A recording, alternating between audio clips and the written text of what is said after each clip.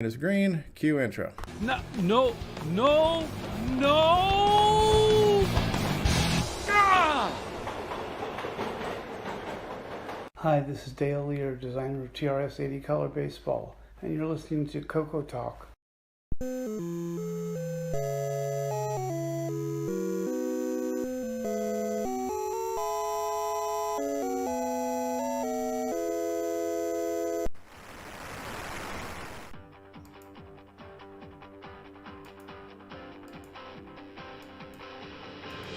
This is CoCoTALK, the world's leading live talk show featuring the Tandy Color computer. It's time to drop your socks, grab your real-time clocks, and let's rock.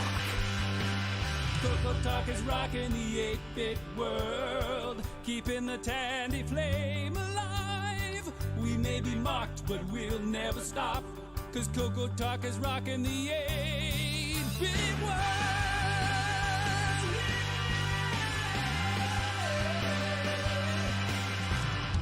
Good afternoon, everybody. Welcome to CoCoTALK, episode 238. We are 2 weeks past CoCoFest. We are still recovering from all the fun and excitement we had. Are you ready for a great show today? Are you ready? CoCoTALK is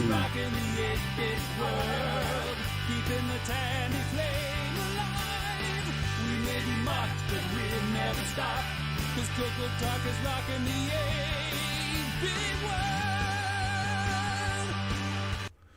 All right, we are here. The show has begun, and cue outro. This concludes another episode of CoCoTALK, the world's leading live talk show. Oh, that never gets old. All right, we're here. We are ready for a show. We have a panel. We have a show.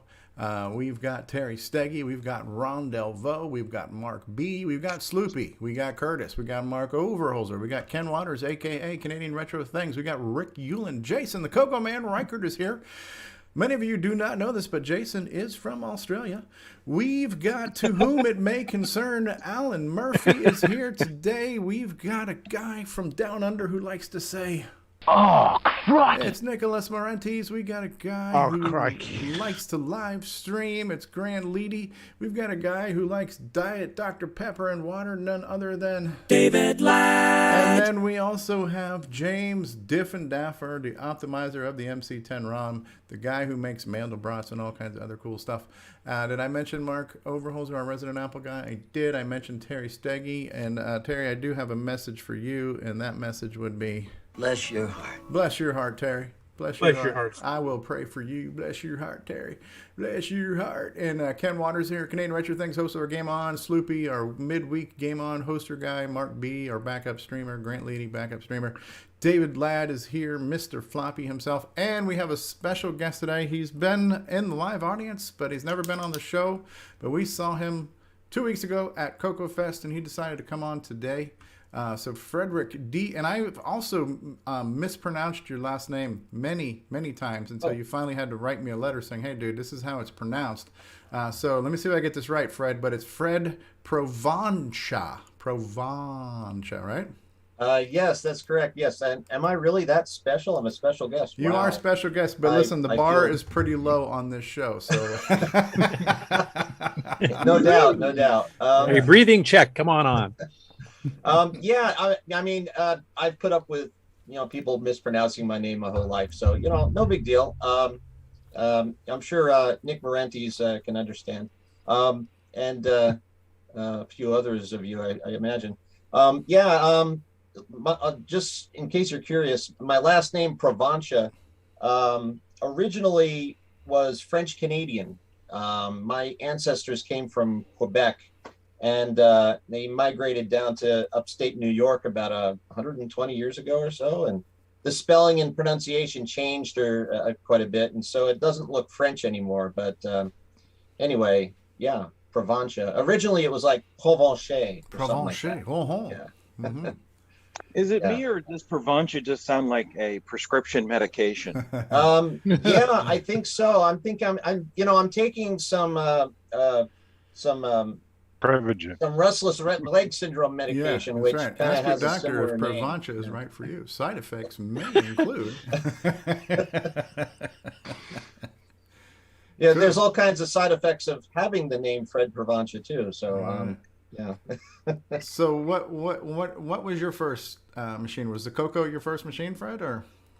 Yes, it was. Yeah. So my first CoCo was a 16K CoCo 2 back in 1983. There's a little story behind that. So my father made a career of working with mainframe computers. Okay, he did so. He got into the industry around 1970 or so, and became a computer programmer, a systems programmer, a systems analyst, and so he worked with these giant computers that took up an entire floor of an office building in downtown New York, where I grew up in Long Island, but anyway. And so I'd come into work to visit him every once in a while, and I was just totally enamored by all the computers there. And I remember playing around on their key punch card machines and looking at their reel-to-reel tape drives and stuff like that. And he taught me how to program a little bit in a programming language called Roscoe that ran on the giant mainframe. I remember the upgrade to that. It was called Roscoe P. Coltrane. So yeah, that's right. Yeah. Yeah. So anyway, I love it. Enamored with computers, and so the early 80s came around, and home computers came out. I really wanted one, but my father wanted to wait a little bit of time for the technology to mature a little bit. So around 1983, I started saving my money to get my own computer, and I was waiting. Yeah, I was like, I'm not going to wait any longer. So I started saving up, and I was really originally going to get a TI 99 4A. But they were going on they had like discontinued that computer or were discontinuing it. And so all the computers were like being sold at like steeply reduced prices. Right. And I was like, I can afford one. But my father was like, no, I want to get a computer that's not being discontinued, that's going to stick around for a while. So so he did all kinds of things to try to delay me saving up enough money for the computer, like grounding me and taking away my allowance and stuff like that. But so I eventually decided, okay, why don't I just wait till Christmas? Sure enough, Christmas morning, we look under the tree, my brother and I, and there was this beautiful new color computer 2 from Radio Shack. And to be honest, I wasn't really familiar with Radio Shack computers at that point, but I didn't care. Right, it was a computer. It was a computer. I was like, wow, this is awesome. So we hooked it up to the TV in the living room and played around with it. And we got a couple of games. Our first 2 games cartridges were Microbes and Dino Wars. Yeah, Microbes was a big hit. Dino Wars not so much. To this day, I think I don't think much of that game. But anyway. So anyway, I started to learn how to program in BASIC using the amazing, awesome BASIC programming tutorial books that Radio put out. And they were really awesome. And so I learned how to program in BASIC really quickly. And of course, to start off, we had we saved our programs on cassette tape, and so that was a lot of fun. Waiting like 5 minutes for a program to load, and so but that's how I did it. And I actually got to the point where I decided to enter Rainbow's 3rd adventure contest. Ooh. I should back up. At first, I didn't know that Rainbow even existed for like the first few months I had the computer, until my subscription to TRS-80 Computer News was ending because they were discontinuing that magazine, and they gave us a choice as to what magazine to finish our subscription with, and Rainbow was one of the choices, and so I picked that one, and I was amazed by Rainbow magazine. It was like 350 pages or something, and it was just full of tons of stuff that my mouth just watered, my eyes just bugged out because I just couldn't read. I couldn't believe how much stuff there was out there for the color computer that I didn't know existed, because all you saw at Radio Shack was the Radio Shack stuff, and so anyway, I found out about the contest and entered the contest and wound up being a finalist in the 3rd Rainbow Adventure Contest. My entry was called Andark, and it was a science fiction themed text adventure game. The one novelty that I put into the game that kind of, I think, helped me win was it had a built-in map, so that as you're exploring around the game, the computer generates a map for you. Okay. You know how in the old days, what we used to do is we take a sheet of paper and we draw on the paper, like, you know, what room you're in and what directions everything went to, and you built this map of the game. But in my game, the computer does it for you. It creates this map for you, and so yeah, I thought that was kind of neat. Anyway, so then after that, we eventually did that make it to one of the books? What's that? Sorry. Did that make it to one of the books? Was it? Yes. It's in the third Rainbow. Oh, so dude, you need to be like signing autographs at CoCoFest. You should get a booth and a table and. Well, you know, if I did that, there's probably several of you that could probably do that. No, too. But that would be kind of cool when you think about it. You could sit there, you could have your game running, you could have a printout of the PDF of what your thing, and as seen in Rainbow Book of Adventures 3. We need to have a table with all of us people that have been in the adventure and simulation books and just autograph them in a row. Curtis, were you in one of them? I think I was in the second adventure and the second simulation, I think. Yeah. So cool. I mean, I don't like drawing that much attention myself. I mean, maybe a little bit of attention, but not that much. But anyway, you're not like Grant Leedy, but anyway, go on. Anyway, so after that, I got a disk drive and a multi-pack and a slew of other stuff, and so then the fourth Rainbow book, the Rainbow Adventure Contest came around, and I decided to write a sequel, and called Andark 2, and once again I was a finalist, and so I'm actually in the fourth Rainbow Book of Adventures. Oh man! Yeah. So my programming career was looking bright at that time. Let's see. Then the CoCo 3 came out in '86, right? And so, of course, I wanted one immediately. I was like, "Holy cow, this looks awesome!" And so, so I started saving my money. And it wasn't until about a year later, like in '87, that I finally had enough money saved up from like summer jobs. By this time, I was like 16 or so, and I bought a CoCo 3 and a Magnavox 8CM515 monitor from a vendor in Rainbow Magazine, and I bought them at the same time. They both came shipped to me in these giant boxes, and I was, holy cow, that was like Christmas in August. That was an awesome day.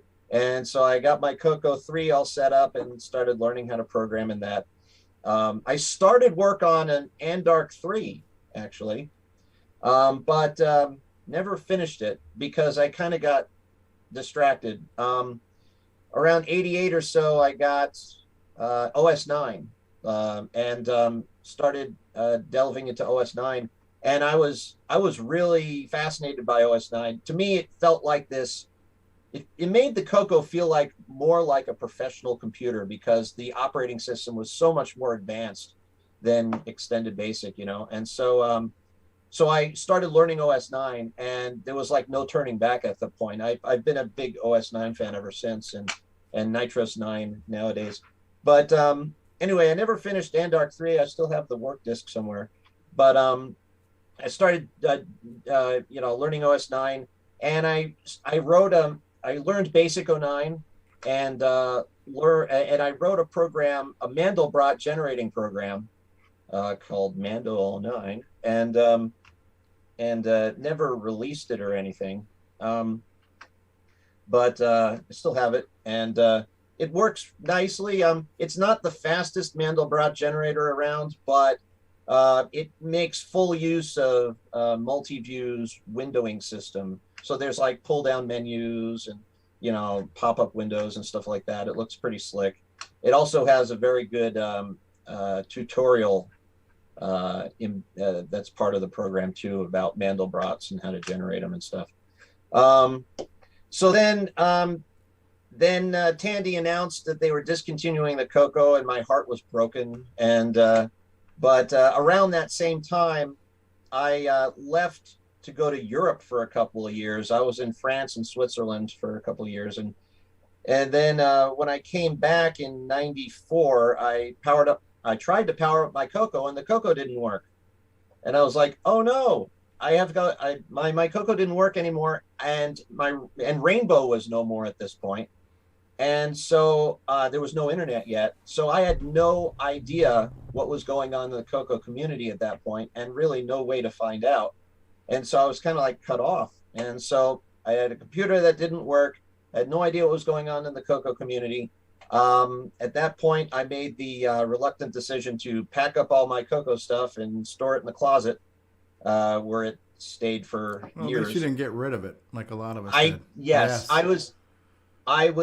I had the foresight not to actually get rid of it. Yeah. I hung on to it mainly for sentimental reasons, okay? Because I just couldn't bear to part with it. I loved the CoCo. So I kept it. And so years went by. In '96, I moved out to Utah, where I am now. And I didn't even have a PC at that point. I eventually got a PC around, I don't know, 99, 2000 or so. And on a whim, I decided to enter TRS-80 color computer into a search engine. At that time, it was probably Yahoo. And lo and behold, all of these, a huge list of color computer related websites came up. And I was shocked. I was like, I thought the CoCo community was dead and long gone and buried.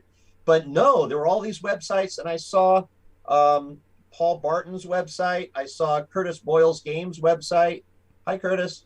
And a bunch of others. And I was amazed. And so, and I found Cloud9's website too.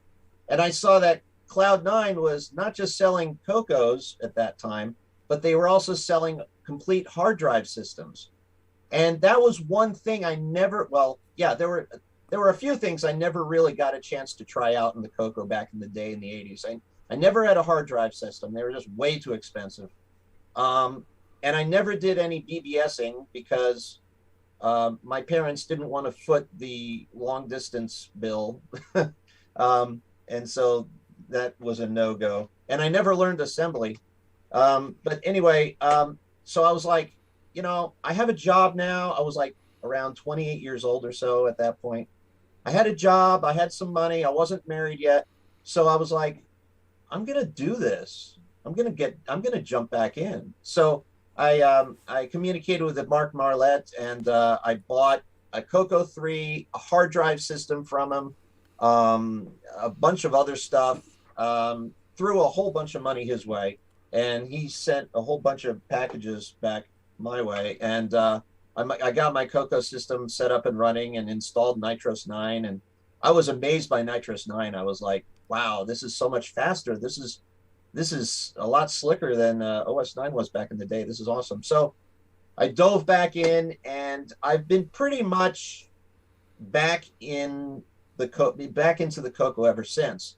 There have been times here and there, periods when I've been more or less active than at others. There have been a few years there where I had the system all set up and running, but I just didn't use it very much because I had just other things going on in my life. So it's been great to be back, and I attended the CoCoFest in 2004. I was there, and bought a whole bunch of stuff. It was great. It was like a kid in a candy store. Since then, I've been I kind of revised the Mandelbrot program a little bit to make it run a little better. I have started just in the last couple of years to learn C, which it's coming along nicely. I'm having a lot of fun with that, and I've been kind of involved in Curtis Boyle's EOU Nitros 9 EOU project, and been a big proponent of that. And so that's And that's basically what I've been up to lately. And you know, the CoCo is one of actually many hobbies that I have. So I like split my time about 10 different ways among 10 different hobbies. And so it competes for my time just like anything else. You like know, those telescopes back there? What's that? Like those telescopes back there? Yes, that's right. I was hoping you'd notice. Yeah, I've got a 6-inch. These are both reflectors, a 6-inch and a 5-inch. Newtonian reflectors, and they're yours. Yeah. I think yours are better than mine. I need to get a new telescope because these are kind of getting a little. Well, listen, old. They're like tools. Like you know, everything has a purpose. Yep. So. Yeah, astronomy has been a big hobby of mine too. Cool. My neighborhood has kind of been building out. There's been a lot of houses built in my area lately, so the light pollution has been getting worse here. So that's been kind of discouraging. So I haven't been out to sightsee or stargaze as much as I used to. But have you ever put a camera it's been a to lot it? of fun. I've even dabbled in like astrophotography. Yeah, I was wondering if you put a camera to it yet. I did. Yeah. Yeah. Sometime I'll show you some pictures. They're not that great. I mean, I'm not really even a good photographer. But I wasn't still, either. You know, it's cool that I have pictures of stuff that I've seen. Now here's the $1 million question: do you Weefax by any chance? I don't. Yes, Ron Deveau would want you to move in with him, I think. So. Well, he might adopt you. Well, yeah, I'd have to bring my my wife and 4 kids with me. That might be a bit of a trick to fit us all in there. That's cool. Yeah, so I'm going to get to a few comments from the live chat, and then we've just been joined by Brian, the Music Man Shoebring as well, who was also at CoCoFest, and I thought maybe we'll get some of your observations on CoCoFest too. So James Jones earlier was applauding the fact that you were using OS 9 and Basic 09. James Jones used to work from Microware. A lot of people were saying Andark 3 needs to happen, and you need to make that available for the next CoCoFest, and either do it in Basic 09 or do it in CMOC so we can have that for the next fest.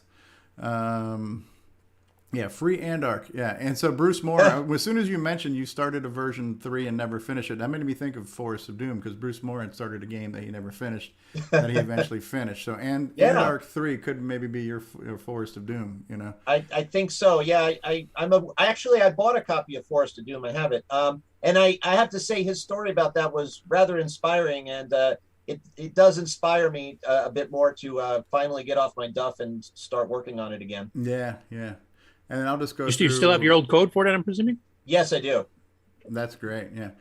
Kevin Holloway's out there. I'm just going to go through the live chat right now. Hey, Kevin. Ken Make It is out there. Tom Eric Gunderson in Norway is out there. Hello, guys. And David Kraker is out there. Samuel Gimes is out there. Tim Franklin. Hey, Tim. And Alexander Wallace is out there saying thanks 1,000 for doing this. And Mr. Dave is out there. And Kevin Holloway and Terry Steggy is out there, and Jay Cyril is out there. Hey, Jay Cyril. Rocky Hill, who recently became a patron. Thanks for doing that, Pedro. And Exile in Paradise, and so on. So, yeah, there's people who are on board with the Andark 3 movement. So I think you've got some fans there. Andark 3 was rather ambitious. I mean, even when I got to the point where I stopped working on it, I mean, it took up most of the available RAM. I employed some custom programming tricks in order to try to stretch it out, and so I might need to continue to do that. Yeah, and especially the graphic routines. That's mostly what needs to be done is the graphics. Most of the rest of the game is pretty much done, I think. A lot of people have upgraded to at least 512K for the CoCo 3. Oh, yeah. Well, I have 512K. It's just that basic still is limited to 32K or whatever. So what I need to do is like store a lot of the data that the program uses in high memory. Yep. So I'm going to have to do that, I think. And so, we're doing Basic 09. Basic 09. Well, more memory. it would have to be an entirely completely new rewrite if I did it in Basic 09 or C, which I don't feel that ambitious to entirely rewrite the program.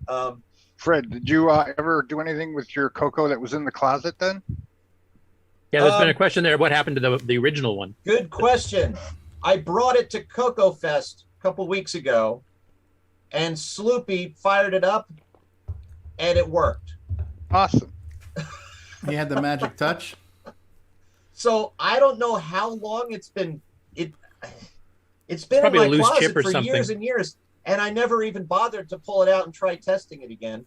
But Sloopy actually did some work on it. He replaced the 6809 with a 6309, and he installed Drive Wirelessly in it. So it's back up and running now. Ooh, Drive Wirelessly. Nice. Yeah.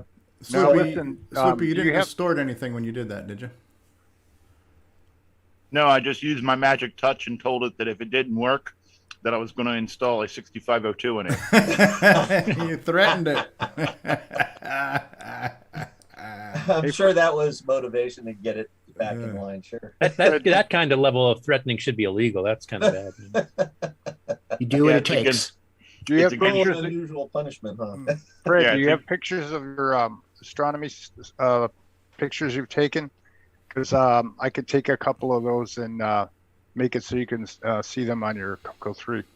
Oh yeah. Do you have some on your? I think wall? I know of a way to do that myself. If I can resave it as a GIF, and then insert the picture, the file into a disk image. I know I have a program for Nitros 9 that can display GIF files.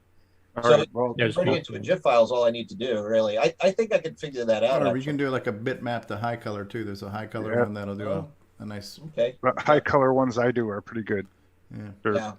Yeah. If you use View GIF, it does page flipping, so you get more colors too. That one's not too bad. It's not the quickest thing in the world. But. Yeah. So you were at CoCoFest. What did you think of CoCo? And was this the first CoCoFest you'd been at in a while, or what was prior to this year? What was the last one you were at? You mentioned 2004. I mentioned I attended the CoCoFest in 2004. I think they called it the Baker's Dozen CoCoFest or something because it was the 13th. And wow. And so I was there. I don't remember who of you were all there, but I think there might have been a couple of you there. I think, but that's all right. It was so long ago. I mean, the reason I haven't attended more of them is because, well, I'm in Salt Lake City, and it's too far to drive, were you able to meet Lonnie back then? I don't think Lonnie was there at that one. No, Lonnie didn't attend any of the CoCoFest, I don't think, even from the 90s. He was there at the 84 one when I went. Yeah, the Rainbow Fest he was. Yeah, Rainbow Fest. This was in 2004. Okay. In Chicago, though. Yeah. I never attended any Rainbow Fests. Okay. I was a kid. I didn't have a driver's license, and my parents were not going to take me. So that was kind of that. I think they held some Rainbow Fests in Princeton. Yeah. Which was several hours drive from where I grew up in New York. So conceivable, I could make it there, but my parents never agreed to do that. So where did you live in New York? I lived in Long Island. Oh, okay. Yeah. So I mean, let's see. Okay. So what are my thoughts of CoCoFest? I guess CoCoFest in 2004 was awesome. It was like a dream come true. I had never been to any CoCo convention before, and so that was a blast. It was rather small, I thought, but this year's, I don't know, my memory of the one in 2004 may be a bit fuzzy, but it seemed to me that the one this year was a little bit bigger, at least as far as turnout goes and the number of vendors there, or the number of tables. I kind of expected it to be a lot smaller, just because of how much time has passed since then. Right. But no, it was at least the same size, and I think perhaps a little bigger than the one in 2004.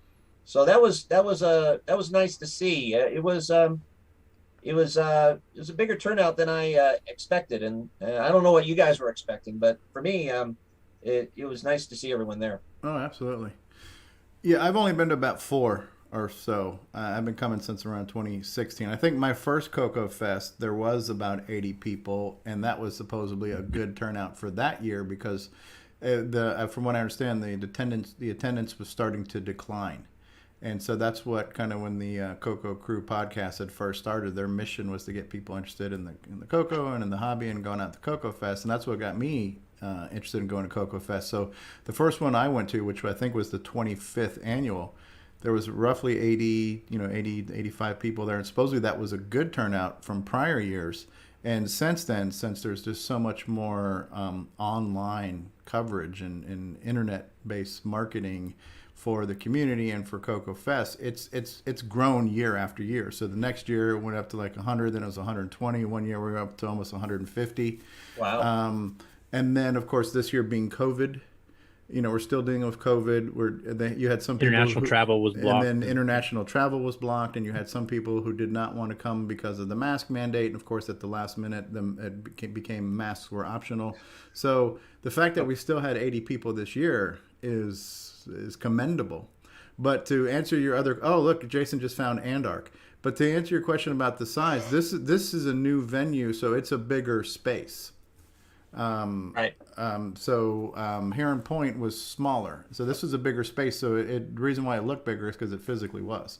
But we would have had more vendors if it wasn't for CoCoFest, and we would have had more attendees. I mean, not for Coco, but for COVID. If it wasn't for COVID right. and the Canadian, which is part of COVID, right, the whole Canadian border thing, we could have easily had 100 plus people this year. But when I went in '84, I'll bet you there was 1,000 people there. I mean, it was packed. At CoCoFest or Rainbow Fest? Rainbow Fest. Yeah, we're talking about CoCoFest right now. Well, I know, but I'm just talking about how back in the day. Oh, yeah, I know. Big. Yeah, 86 was probably closer to 10,000. Yeah. No, I would have loved this. I don't even know how I would have handled something like that, to be honest. But just to have been part of that would have been amazing. Yeah, I was kind of in the same boat. Yeah.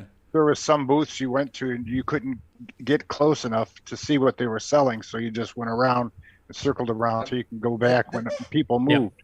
Yeah, that's one of my regrets is that I never was able to attend a Rainbow Fest because I heard they were pretty big deals. A lot of people there and stuff. Yeah. And I would have been blown away. It's too bad I couldn't go back then. I don't have a lot of CoCoFest under my belt, but for me, the biggest complaint I've had about CoCoFest is trying to do everything and not being able to, because you've got, you want to be able to hang out, you want to be able to look at all the tables, and you want to be able to listen to the speakers. This year, because of the smaller attendance and stuff, a lot more hanging out was able to be done, and so I liked that more casual social aspect of this year's event myself. Yeah. I agree. CoCoFest is a lot more intimate. I really like that. Yeah. Fred, what year did you say you moved to Utah? 1996. I actually lived in Salt Lake City for a year, and you were probably living there. Oh, wow. I was out of the CoCo community at that point. I didn't have any of my stuff. I think all my CoCo stuff was still in New York at that time. Fred, did you join a club when you were back in the day? Oh, good question. Yes, I did. But I got involved in that club kind of late. I joined it like around 1990 or so. And so it's called the Island CoCo Club. Hold on, I think I have one of their newsletters here. Let me check. That's cool that Jason found both of the of the Andark games there. Here we go. Yeah, they're all the Rainbow Books of Adventures are right up on the bookshelf. So all I do is reach up and read the table of contents. Look at that. That's cool. Yep. So they disbanded around the 92, 93 time frame, I think. So I have about a couple of years worth of their newsletters. I've scanned in some of them, and I plan on uploading them to the CoCo archive. But I need to finish scanning them. That's cool. How long have you been watching the modern CoCo community, especially with like Facebook and podcasts and live streams and stuff like that? More or less continuously since 2000. Oh wow. There have been a few periods here and there lasting a few months or so when I kind of, didn't check in as often, But I've been watching CoCoTALK for a while now, and just kind of watching it, not really participating much until a few months ago.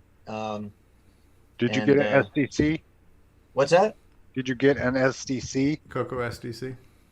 Yes, I have it right in front of me, actually. Yeah. Yeah, SDC is a wonderful device. Absolutely. Holy cow. My hat's off. Basically, it totally brings the CoCo storage into the 21st century, I mean, just as much as I love this hard drive system that Cloud9 sold me, and I've used it for many years. And when I first got it, especially, I was like, my CoCo's growing up. It has its own hard drive now. But I mean, it takes up valuable real estate on my desk, Yeah. And so it's so much more convenient to just have this little SD card that you plug into the side of the CoCo now, and there's your entire software collection on one SD card. It's awesome. Much easier to back up too than the old hard drives. Yeah, absolutely. Yeah. In fact, I'm still trying to back up everything from the hard drive. It's a pain because I don't have something that can access the hard drive and the floppies and the SDC card all at the same time. It's a SCSI hard drive. So yeah, and I do it. How do you do it? I run exclusively OS 9, and I use DSave, and I backed up Tony Pedraza's SCSI drives in total. So that's the easy way to do it. I've used IDE, SCSI, and MFM. Oh, okay. And I do it directly to this SDC. Now that you mention it, I have backed up my OS 9 partition on my hard drive. The problem is the RS-DOS partition. I've got 255 virtual floppies on the hard drive that are running under HDB DOS, and it's hard for me to access and copy those over to the SDC card. That's what I'm finding. Yeah, I can see that. I don't use RS-DOS much at all. Mostly OS 9. So yeah, I can see your point. Yeah. You're coming in a little hot there, Brian. But yeah, there's got to be a way to do it. If nothing else, you can do a no drive. You just have to do it one disk at a time. One floppy at a time. You basically have to copy each individual virtual floppy drive on the hard drive to a floppy disk, and then from the floppy to the SDC.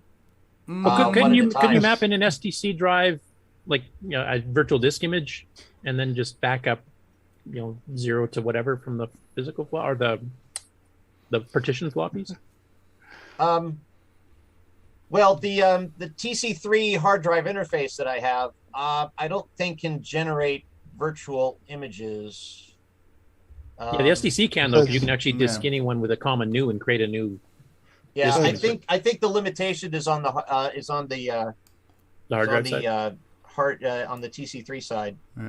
If you can get, I don't know if we're gonna start delving into the tech support trying to solve the problem on the air this here. Could get a little technical. Yeah, if you could get it to where if you could see the physical partition and one of the drives on your SDC at the same time, there's a way to work it out, and there's a way you can do that through a multi-pack. I think that's the problem. I don't think I can, but we can talk more about it on Discord later. Yeah. There you go.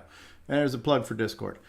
Cool stuff. You should also mention you're actually active in the EOU community. You've actually contributed some of the pieces that are distributed with EOU now. Yeah, I kind of briefly mentioned that earlier. So I'm like totally on board with Nitrous 9 EOU. I think it's awesome.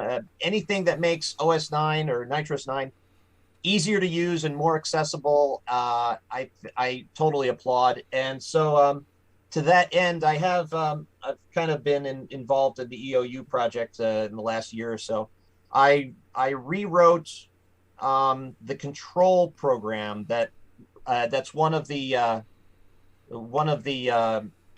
multi-view or G-Shell tools that you find under the Tandy menu on G-Shell. So basically, the control program was originally designed back in the day as a way to modify or adjust or customize your system settings. You can change the monitor type that you're using. You can change from high-res to low-res mouse. You can change the palette. And it was nice, but especially after Curtis Boyle, hi Curtis, upgraded G-Shell, what was it, like 20 years ago or so? You came out with 97, 98, somewhere. Okay, yeah, more than that, 25 years ago. When you came out with an upgrade to G-Shell, which I really was impressed with, and I've been using that ever since, really, since like over 20 years now. I've used your version of G-Shell up until you came out with a newer version recently. Well, do you have the latest garbage can too? Yeah, I have the most recent one there. Yeah, that's the part we've waited 25 years for. So thank you, Nik. Right. So anyway, I was really impressed with the new G-Shell, but I found out that it's like 25 years old, right? But anyway, I was really impressed with it, but I found that you added some additional entries to the environment file. And the control program that comes, the stock control program that comes with Multiview, doesn't know what to do with those, right? So it doesn't allow you to access or change them at all. And so that was kind of a pet peeve of mine for a long time. So finally, I don't know, like a year or two ago, after I started learning C, I was like, why don't I rewrite it? I didn't want to do it in Basic 09 because I didn't want it to have to rely on Run B, basically. I wanted it to be a full standalone program. And so I decided to write it in C, and I just wanted to update the graphics on it to make it a lot slicker. Yeah, the look and feel to make it look more modern. And so now the control program that I wrote, which is now part of EOU, does allow you to access those additional environment file entries that you created. And so now you can change the color and the palette of G-Shell without affecting the other system colors, okay, that applications run and stuff like that. And so you also added some color themes that you find kind of cool, more useful. So that you can just, go into G-Shell, boom, pull up control, and you can switch from CMP to RGB, or you can change the palette on the fly with just a couple of clicks of the mouse. And, so hopefully that, makes things a lot easier and more convenient for people.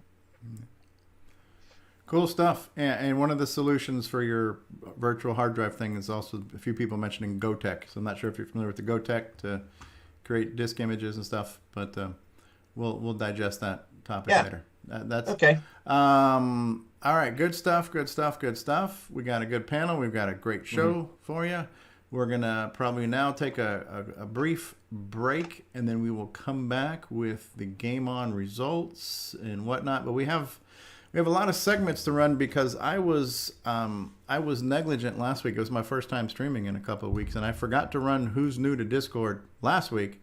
So we've got even more new to Discord, and so on. So let's go ahead and see who's new to Discord this week. Then we'll say hi to our patrons. We'll take a commercial break, and we'll be back in a couple of minutes. Thanks for being here. Back at lunch. Yep. Thanks for being here, Fred. Feel free to hang out as long as you can. Thank you. Yeah, I will. Thank you. You too can. All right. So we'll be back after this little break here. It's time for everyone's favorite segment, Who's New to Discord This Week? Eddie. Hello, world. My name is Eddie. I am in Quebec City and own too many computers in my collection. The CoCo computers are definitely my favorites, and the CoCo 2 was my first computer. The only new hardware I use is the SDC. I've been following the CoCo community for a couple of years. OG Hugo. My name is Hugo, I am an old school gamer and have several retro systems. The CoCo was my introduction to computers and was my very first computer. I walked into a Radio Shack and asked if they had any Nintendos for sale. The salesman said, "I have something that is better than a Nintendo." He showed me the CoCo 2 16K, and told me I could program my own games and wouldn't have to buy them if I didn't want to. CoCo Tower. Hello guys. My name is Roger and I've been a CoCo programmer and hobbyist since the 80s. To this day I still have CoCo projects either in the idea stage or in design, some of which are quite serious or useful to the whole CoCo community. Quindelt Hello Team. My name is Peter Stark, son of Peter Stark, the creator of Star Kits, SK-DOS, Humbug, Elisa, and others. MC Hellspawn. My name is Joe. Just getting back started in the vintage computer scene. Not really going to dive much deeper than the CoCo world. Just here to meet people that know more than I do, since I was about 8 years old when I last used one. Stephen W. Hi, I'm Stephen. In the 80s I had a CoCo 3, and a CoCo 2. I was on the CoCo mailing list, but I'd rather use Discord and Facebook. Hopefully, I can learn something from here and help others in some way. Rascalus. Hello everyone. I'm Davin. I'm into Commodore and Tandy computers mainly, but I also dabble in all sorts of retro stuff from Apple, consoles, electronics repair, collecting and all that jazz. I mainly came here for 2 reasons, to lurk and talk Tandy, and to inquire about the best way to get composite out of my CoCo 2. Embezzle. Hi everyone. My name is Travis.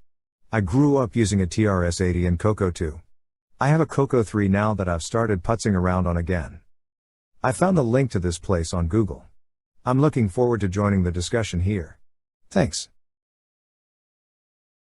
The previous bios were edited for time's sake. Thanks to Melly, Boysantech, Paul Fiscarelli, Terry Stagee, and the CoCoTALK patrons for boosting the server. Please consider joining Discord and visiting the welcome section to read these bios in full and see what the community has to offer. At discord.cocotalk.live.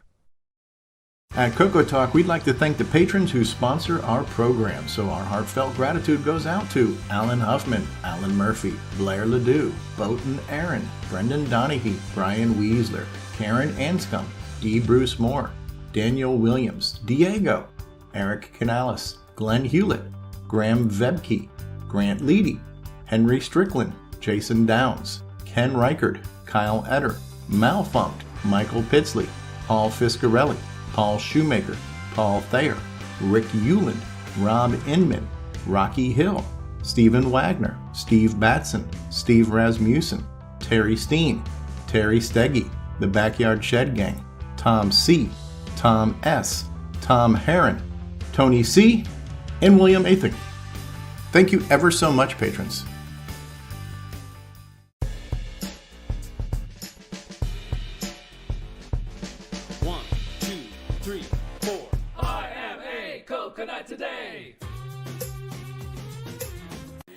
Good morning, CoCo Land. This is Brian Schubring with Music Man here at the CoCoFest. Having fun, fixing issues, and making things roll, and making lots of sound. Have a great day, guys. We'll return after these messages.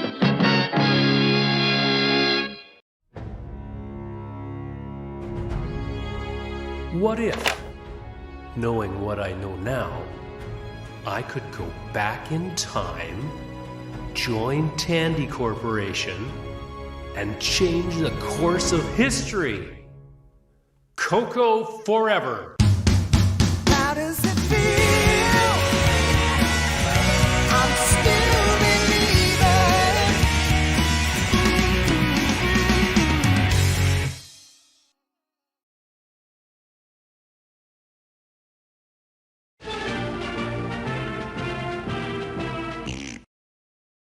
Baby, there's something I need to talk to you about. Remember when we first met? Everything was so easy and it felt like nothing could stop us. But now, everything is such a struggle. And if I'm being honest, you're really starting to show your age.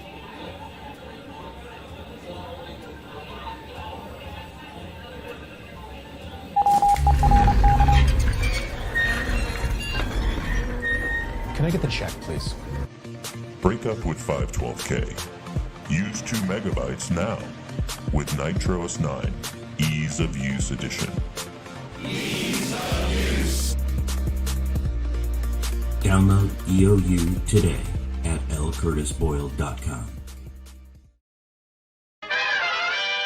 Some people have big plans after school. You know what Elliot's going to do? Jeff, too. Elliot's at work on a book report using Scripted on Radio Shack's Color Computer 3. It hooks up to his TV. And Jeff's at his Radio Shack Color Computer 3 playing the newest football game. But wait, what's Elliot doing playing New Super Pitfall? And Jeff's having a blast with a new math tutor. You never know what you might try with more than 100 programs for fun and learning. Radio Shack's Color Computer 3 comes with everything you see here. Other items each sold separately. Only at Radio Shack. And now, CoCo Thoughts by Samuel Gimes. I remember the days of grade school, when on the playground we would talk about the latest computer and console games. Until one day, when a kid told the teacher he was having a blast with his new math tutor. After he got out of the hospital, he changed schools. Greetings, YouTubers. Atari Leaf here, and you're listening to CoCoTALK.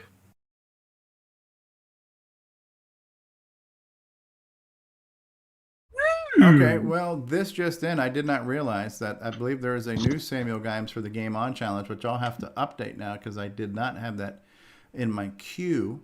But that's good. Now, is Fred still here? He is. Yep, I'm still here. You mentioned there was another project, as if you didn't have enough on your hands already. You mentioned something about the iCal thing, right? Yeah. So this is the most recent project I've been working on. Basically, you know how like your cell phone or your computer, maybe you use Outlook. You know, you basically you access these online calendars, right? So when you sync your phone's calendar with, say, some maybe with Outlook, okay, you use these files on the internet called ICS files or iCalendar files, okay, and basically what your device does, it reaches out to the web and finds this file on a remote server and downloads it and synchronizes the data with your phone's calendar program. And that's how you get like reminders on your phone of upcoming events and stuff like that. And program Outlook on a PC does the same thing. So I thought, well, wouldn't it be cool if the CoCo could reach out to the internet and download one of these calendar files? And so your CoCo's calendar program could sync with like an online calendar. And so I've been experimenting with it over the last few months. I'm still, I think, far away from any sort of a finished program. I'm just trying to basically figure out what's possible. And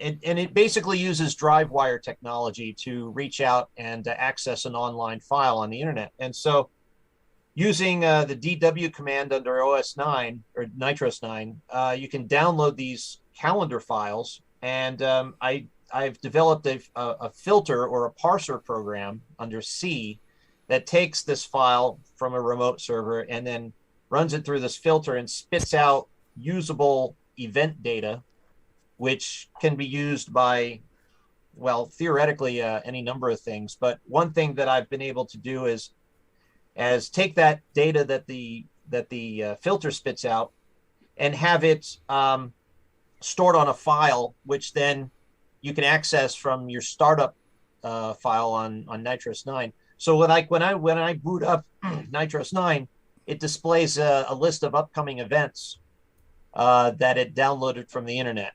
And so it's, you know, I just think it may be a way of making the CoCo a bit more useful and to be able to, you know, have the CoCo, you know, be able to synchronize with online calendars. I think would be kind of neat. So I've been kind of experimenting with that lately.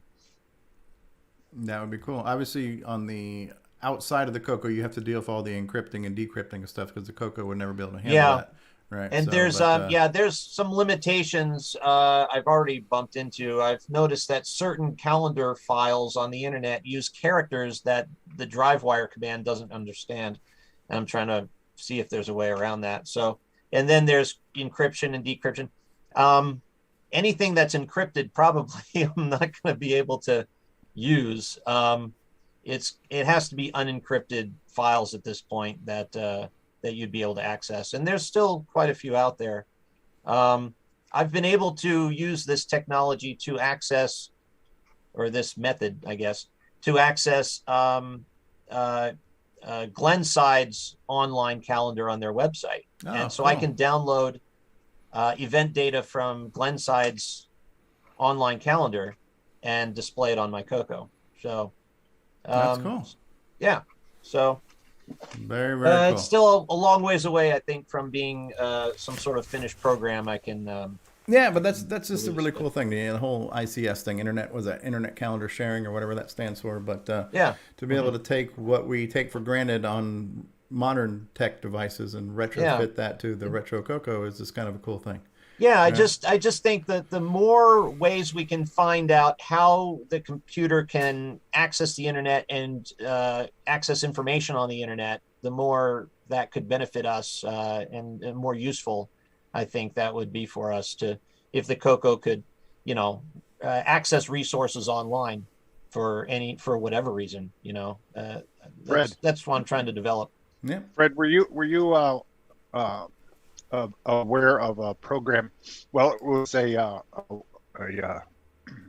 Telnet thing, I think. It was called Star TTY, and back in the day, you could call or log into this. It was like a bulletin board, sort of, but it was for any retro computer, and it would have the date and time, current, in one corner, and you could make whatever fields that you want to show. It would be the news, it would be tech news, or international news, local news, and it was pretty cool. And it was all text based, and the screen would scroll by with the news, or you can make it stop, and you can pick and choose and read if you want. But I thought that was really cool, and it's kind of similar to what you're doing, but it's more based.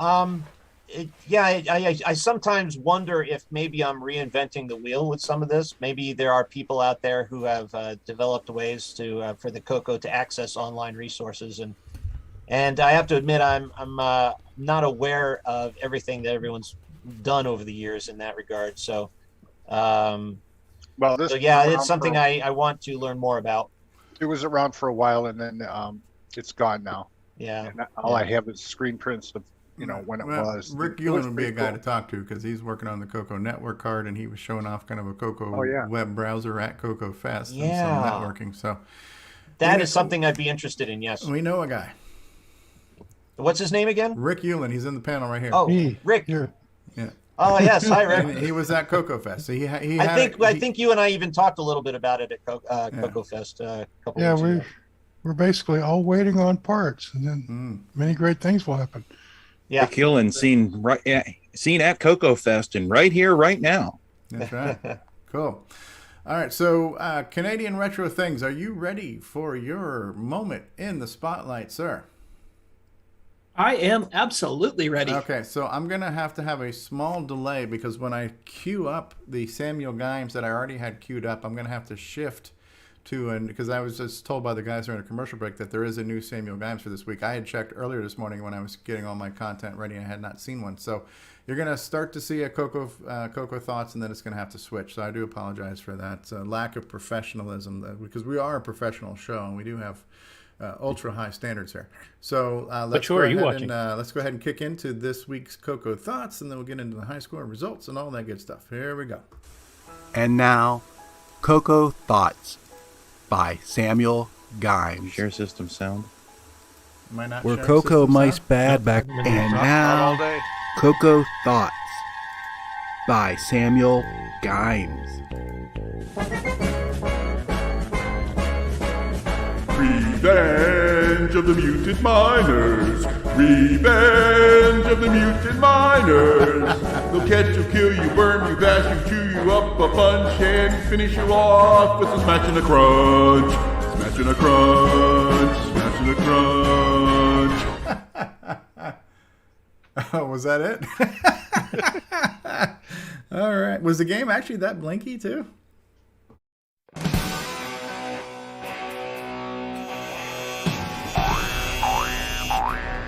High Score Challenge with Nik Brisevac. Welcome everyone to the results of this week's Game On Challenge, where we played Revenge of the Mutant Miners. There were a total of 18 players, so let's see how everyone did. Bob in Coco, 5310. Tom C, 6400. Tom C. Pedro Pena, 7440. MrDave6309, 9130. Exile in Paradise, 10,390. Canadian Retro Things, 10,870. Kieran, 11,150. Jim Rye, 11,630. Chip Monkey, 15,460. Rich N, 15,980. David Craker, 19,020. L. Curtis Boyle, 20,090. Brian Walsh, 22,360. Tasman Scott Cooper, 35,410. Flutterball, 37,200. Sloopy Malibu, 42,250. Buck Owens, 222,380. And the number one score this week is Rasculus with 247,110. Buck Owens is number 2. Thanks everyone that played, and we will see you next week. Wow. Yes, Buck Owens has been dethroned. And who is Rasculus? Is he new? Was he on the new to Discord this week too? That name. He's a ringer from over at the Amigos. Ah, a ringer. Uh-huh. Okay. And while you were talking about Nitrous 9 for a period of time, Bill Noble had chimed in a few times there too. So Bill Noble, one of the co-creators of Nitrous 9. So Bill Noble's out there too. Hey, Bill. Cool stuff. Yeah, I had a busy week this week, and I needed to get my Cocoa Pie updated, and it did not happen, so I couldn't play the game this week. But it looks cool. But it was really that blinky? Because when Samuel, Nick Morendes and I, we kind of think it's a compiled BASIC program. Yeah. Cool. But it looks cool. Still fun. Yeah, it looks cool. Yeah. So, I cannot share my screen. I have stopped sharing. Okay. Now I'll share my screen. Caring. Mm-hmm. Actually, the font in the beginning looks like a Coco Next font. Yeah, I think it was created in Coco Next. The splash screen. So there was a review that I think, Curtis, you put this up on Discord. Yeah, that's page 2, and you got page 1, I think. Yeah, page 1 there.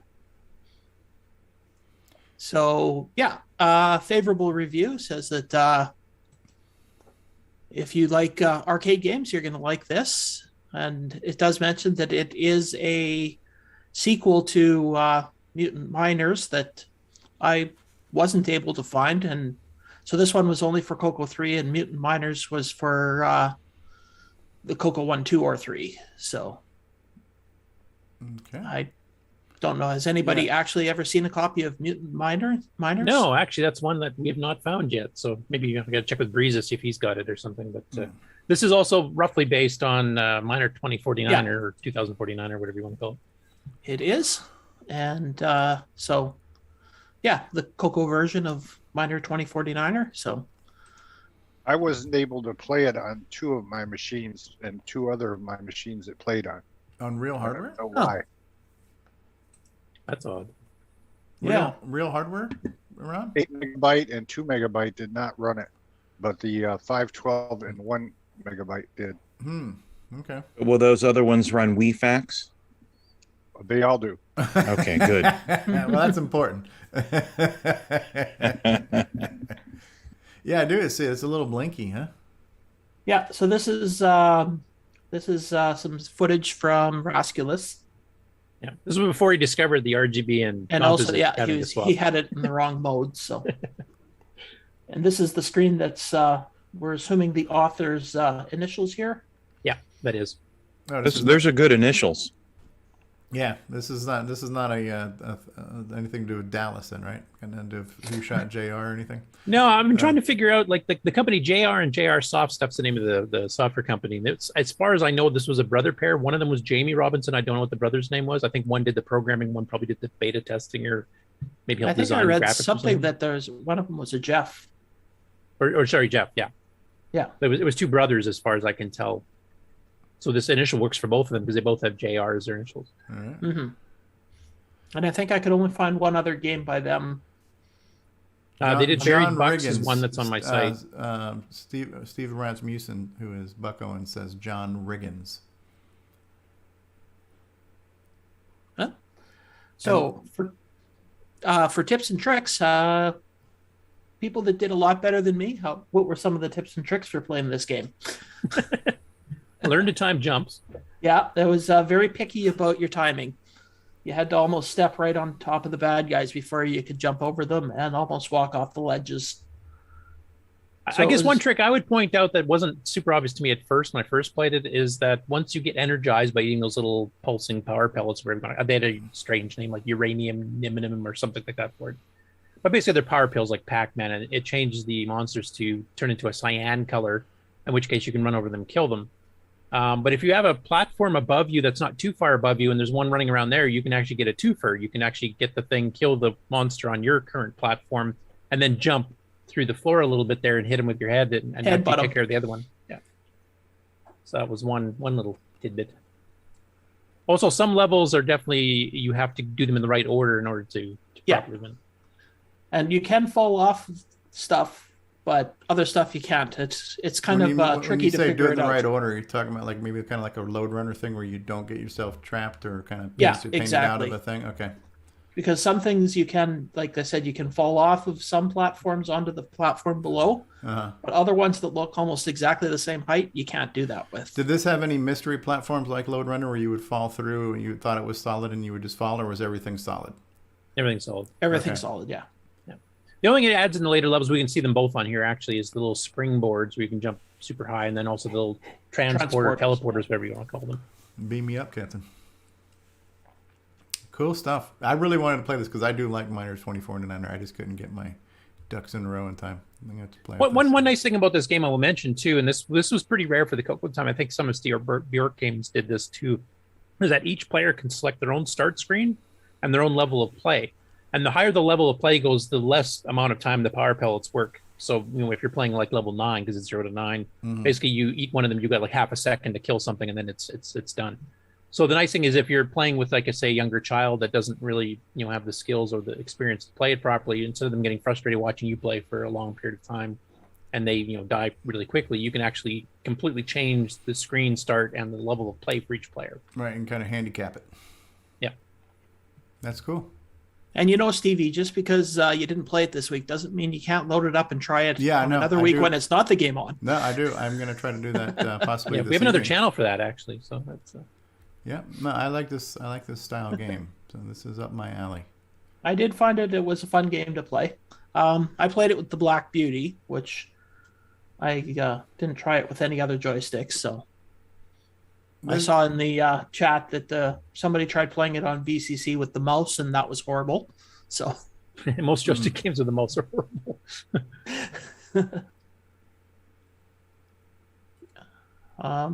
So I don't know.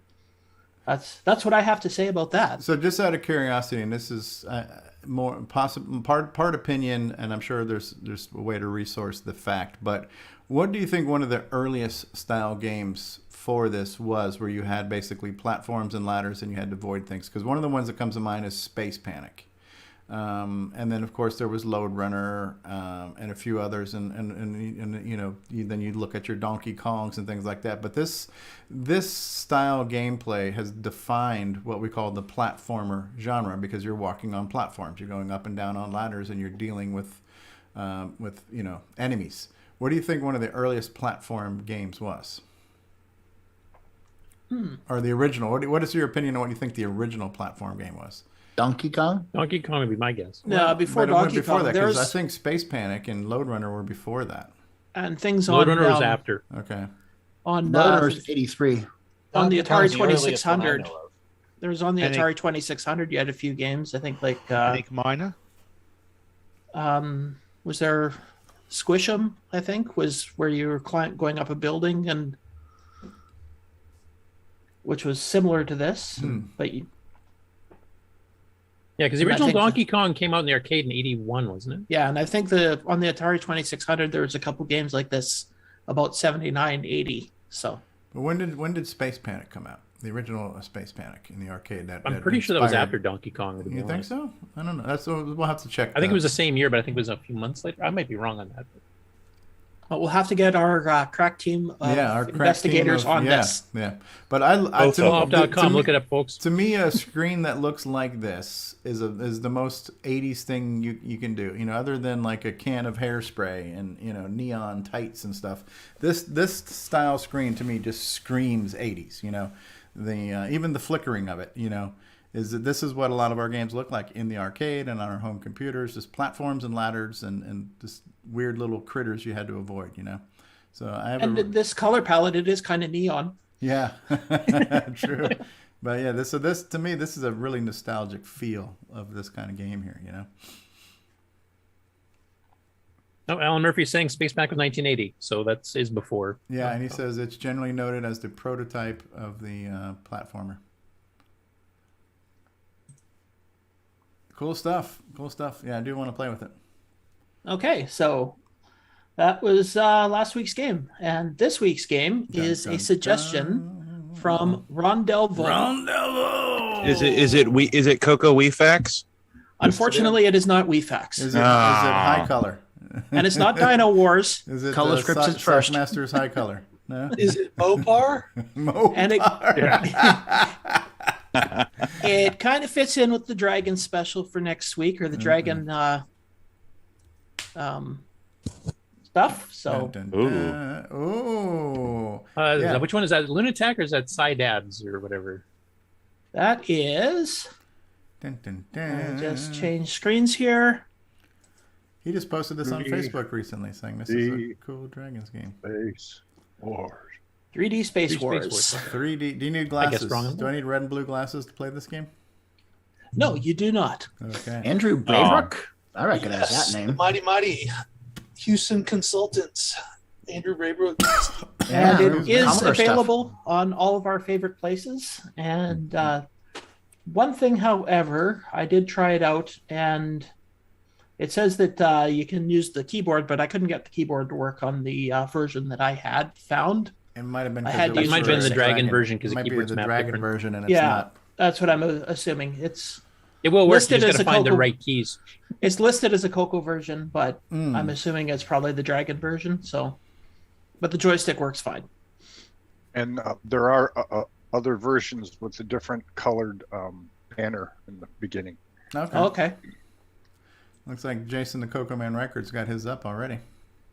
Up and running. Found it in the usual spot very quickly. Okay. Yep. Cool stuff. So it's called 3D Space Wars. 3D Space War. Cool stuff. Wars. So it's under 3D. Wars. Multiple. So there's more than one war. Good sound. Yeah, so you guys that recognize the author's name, what's the background of him? Because I don't know too much about Houston Consultants. So they did a bunch of different platform games. They had quite a bit of a catalog. One of their more popular games is known as Paradroid, and it's kind of a four-way scroller game, but it really stood out for the time because there was a mini game baked into it where you take over a robot's little microchip brain, and that one's kind of a classic. They had another two-way scroller called Uridium, where you fly and shoot across all these space platforms, kind of like a top-down Zaxxon idea. Really popular. I remember that on the Commodore 64, Uridium. And they also did ZX games and just a whole big pile of stuff. But one of the things I liked about Houston was that they tried a bunch of different visual styles. So they had Nebulous or Tower Toppler, had like a pseudo 3D look where you jump around from platform to platform, around the outside of a cylindrical building. And, you know, just they tried some really interesting stuff, and they had some really good graphics and music across, at least on the Commodore side. But as I keep going along, I keep finding more and more of their games on other platforms. And they did seem to try to take whatever platform it was as far as they could. But if you haven't ever played Paradroid, it's been ported kind of like Dungeons of Daggerath. It's been ported to the PC and upgraded and changed and added and expanded. It's a really great game. Cool. Yeah, Uridium, I think that if I remember correctly, that's like a cylindrical tower, and you're running around and kind of spins the platforms as you're running around. That was Nebulous. Oh, okay. Sorry. And according to some research I did, this game has the name of the bad guys are baddies, and they're spelled backwards. Yep. So, how do you That's on pronounce 3D that? Space Wars. Yeah, and the colors change on your energy level or something. Sometimes when I boot it up, it would flip to a different color. Up the artifact colors. Was it the artifact red and blue? Maybe. Okay. You would think, since this was originally a dragon game, then they would not be using artifact colors. Not on purpose, anyway. They probably were trying to do vertical stripes or something. So I'll just run it in RGB as intended. Okay. Well, looks cool. Good job. Thanks, Ken. And thank you, Ron Delvaux, for the suggestion. Yeah, I found it on my Dragon, on the stuff I got, put on my Dragon SD card. So yeah, you can play it on the CoCo 1, 2, or 3, or the Dragon if you have your Dragon out. And the various emulators, XRoar, BCC. And before this show is over, Jim Gerrie will have an MC-10 port that you can play as well. So it even works on my CoCo 3. Good stuff. Good stuff. All right. That was good. Sloopy Malibu, you're waving your hands. Hi, Sloopy. Oh, and I forgot also. Greetings. Now, how about we talk to Sloopy about how the game went this week, the broadcast? Live via satellite. Sloopy Malibu. Greetings. Let's see here. Yep, this one, share. Your hair looks nice today, Sloopy. Oh, thank you. Yeah. Oh, look at that. We had at least 4 people playing at once. Yes, we had a total of 6 players, 4 at once. We actually got Exile in Paradise, a.k.a. Mr. Murphy, to significantly increase his game skills. And usually he will play a game and not get very high score, but we actually got him to score over 10,000 this week. Wow. Now, just out of curiosity, this game screams keyboard. Can it play on the keyboard? It doesn't require a joystick. I do not know. Okay. I played in the emulator using the joystick emulation through the keyboard. Ah, okay. Yeah. On VCC, you could emulate the keyboard. Yeah, I couldn't find any keyboards other than. Yeah, I think it requires a joystick on real hardware. Okay. Yeah, I played it on real hardware with a joystick, and it was pretty good. So, but yeah, we had the usual people, and then a few other extras. We're hoping to have more. And as a general announcement, just so everybody knows, this coming week we will be playing on Tuesday instead of Wednesday because of the holiday Thursday. Okay. So, what holiday Thursday? Yeah, what are you talking about? Canadians, you never know with them. That's right. Which day is it now? It's really late Thanksgiving again, aren't you? It's on Tuesday. You guys do realize that Thanksgiving was like a month and a half ago. Yeah. We prefer to have it when there's no snow. Yeah. First, I offended the Canadians at CoCoTALK, and I mean at CoCoFest, and now I'm offending them on the CoCoTALK show. I think the Canadians are going to get straight up miffed with me or something. Absolutely. Just blame it on Abraham Lincoln. I think he was the one that changed the date. Yeah. Karen 60 has joined us recently. He says, I'm late. Keith Clark is saying, hi, everyone. And Rocky Hill says, I played on using the joystick on real hardware. I was testing the daiquiri board. Yeah. Okay. And I want to thank Kieran for releasing the XRoar 1.0 so that I could play on the XRoar on the show. Excellent.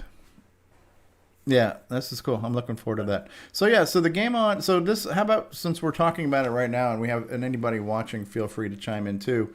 I know it's kind of a new segment, so I don't know that it's necessarily taken the world by storm, and I don't know that it needs to take the world by storm. But we're trying to do a live participation where we're getting people to play the game together during the week. And what's your feel on it, Sloopy? Since you've been hosting it, has it been a good time by those who are there? Yeah, I think it's a good time. I mean, we've had up to 7, 8, 9 people at once. Right. I think it's just that after the CoCoFest, I mean, everyone's busy with after, and then now everyone's getting busy with the holidays coming up. But I feel that the views on the show are like in the 40 range, which is a pretty good showing. So, unfortunately, I had a drop of my internet stream during the middle of the show, and the first hour and a half, and then the remaining 2.5 hours, both streams got over 40 views. So that's pretty good. I feel that it's doing pretty good. Yeah, and when you think about it, we an average week we have about 18 participants. So if you've got 6 people doing it live, that's a third of the people who play throughout the week. That's percentage wise, that's pretty good. And you get like 8 or 9 people, that's half the participants. And the idea is just taking it to another level of interactivity. So the whole idea is we're playing throughout the week, but we're all playing individually and just throwing up pictures later on. If we can play together, it's just another level of connectivity, of just more collaboration and kind of team spirit kind of fun, rah, right? So and helping each other out. Yes. And the other thing, weird. You're sitting there trying to play the game, and Nik Brisevac, legendary game designer, is telling you to jump left, climb ladders. It's got that Australian lag, so you've already half a platform over from where he told you to do it. But he's in the future too, so he's seen what happened before you did. So you're gonna die. You're gonna die. You're all gonna die. Game over, man. I had no clue what I was doing. Here's Nick and Sloopy just like, hey, wait, no, go back. You did that wrong. Well, that's what this does. So you really don't need to read the manual as long as they're on. Yeah, right. Yeah, what's a manual? I don't understand this manual you're talking about. Yeah, what is that? Manual is a guy that we have on the show that tells you how to play. Oh, okay. But I also want to say is that honestly, you don't even if you don't like the game that week, you don't even have to play it. Come on the show, and as long as you're playing anything CoCo related, I'm good with it. You just make sarcastic remarks. Or hecklers. Yeah, that's what Nick's on and ridicule the game. Yeah, and don't. Speaking of hecklers and such, don't say that you're too good to play with us unless you're willing to come in and put up and shut up. I'm not going to name names, but El Presidente knows who he is. Okay, good stuff. But yeah, that's cool. That is cool.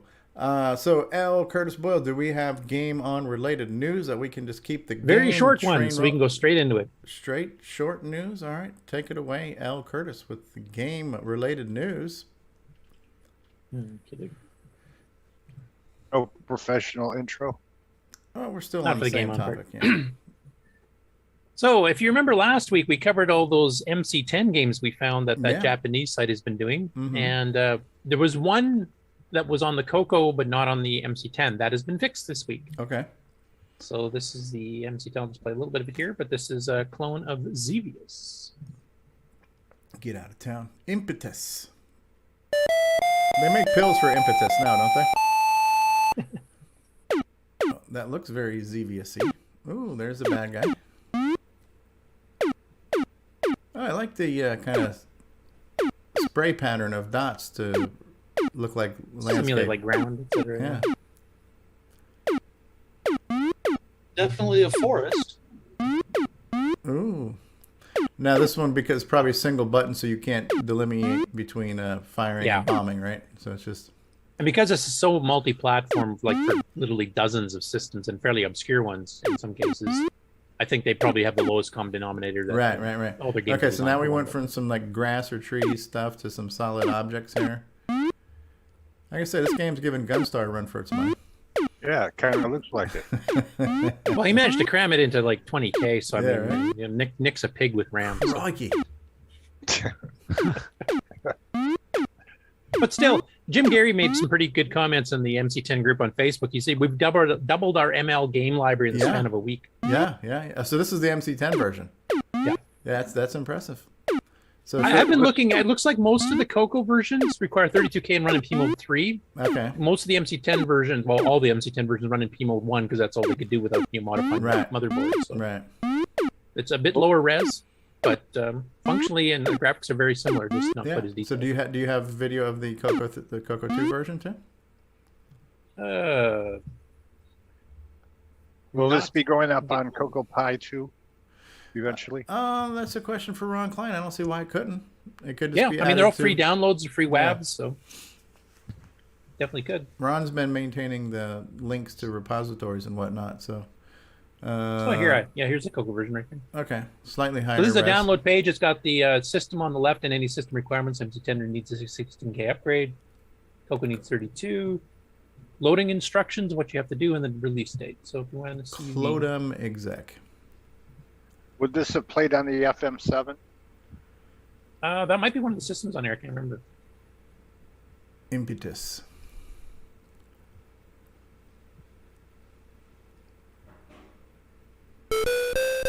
Oh, the music's a little better too. Can you make it bigger, Curtis? Make it full screen? I can try. Full screen for you? Yeah, it's full screen.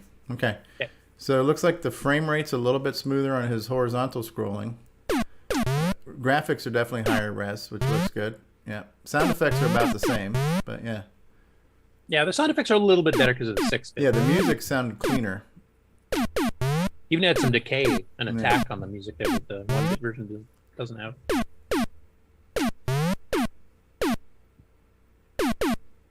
Yeah, a little smoother. And instead of being straight lines, it's now kind of, stair-steppy gradient lines and stuff. So it's a little bit of more texture or personality to it. So that's cool. Yeah. Man, it's just like free software is just falling out of the sky, Yeah, That's but cool. I mean, if you take a look at the number of systems this is out for, it's Yeah. like, holy crap. Oh, crikey. Look at all that. Like there's Spectrums, there's a bunch of Japanese machines, Apple IIs. Even the Apple II. Just tons of stuff. So That is very cool. hey, next up, Pere Serrat. Of course, everybody knows that the SuperSprite FM Plus board, which is basically taking MSX2 hardware, sprite chip, and the sound chips, and putting them onto a little cartridge you can plug into your CoCo or Dragon. Pere Serrat has been, of course, writing little demos and music player streamers and stuff like that. And he released earlier in the week. He released 2 games of the AGD ones that he converted over, and then later this week he released his first official game pack, which is 6 games combined. 32K required, no 64K, so that fits Dragon 32 people as well.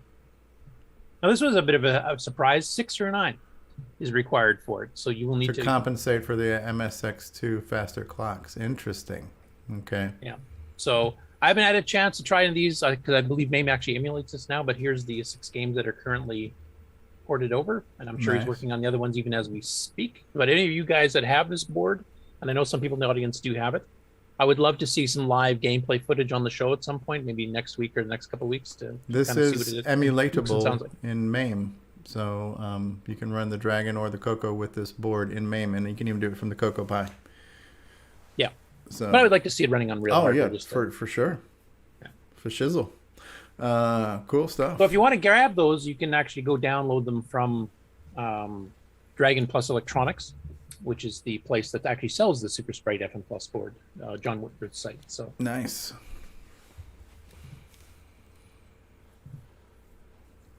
Next up, this is the follow-up from last week. So Dave Sherry, of MrDave6309 fame, mentioned the Kickstarter project that he's got going here for his one game here, and actually he reached his $500 goal this week. So he's got some other higher goals for getting physical printouts with manuals and everything else too. So please keep supporting the project. But that's enough. I think it's a full go-ahead. He'll actually get this done and get it out.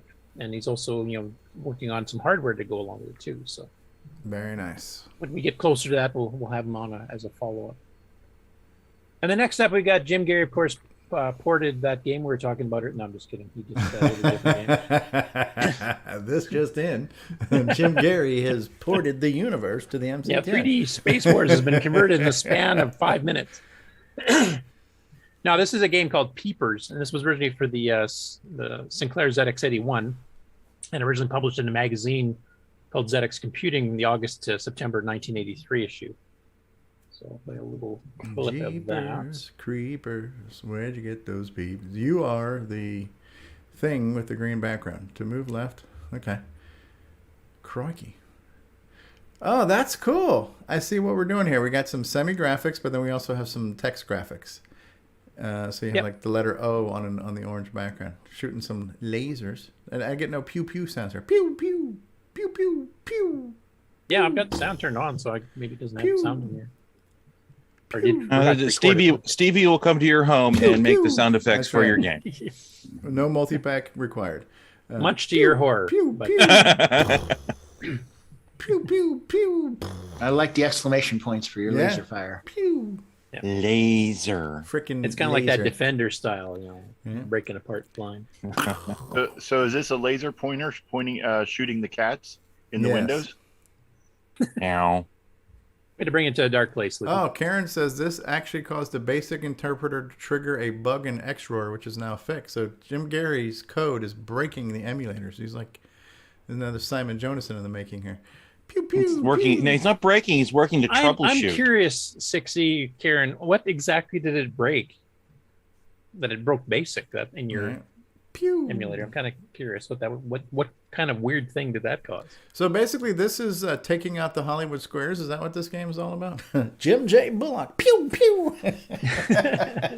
So it did something weirder. This is shoot the CoCoTALK panel. There you go. That's our panel right now, and Jim's taking care of us all. So it did something weirder than Stevie's sound effects. Pew pew. I don't know if that's possible, but sure. And broke it.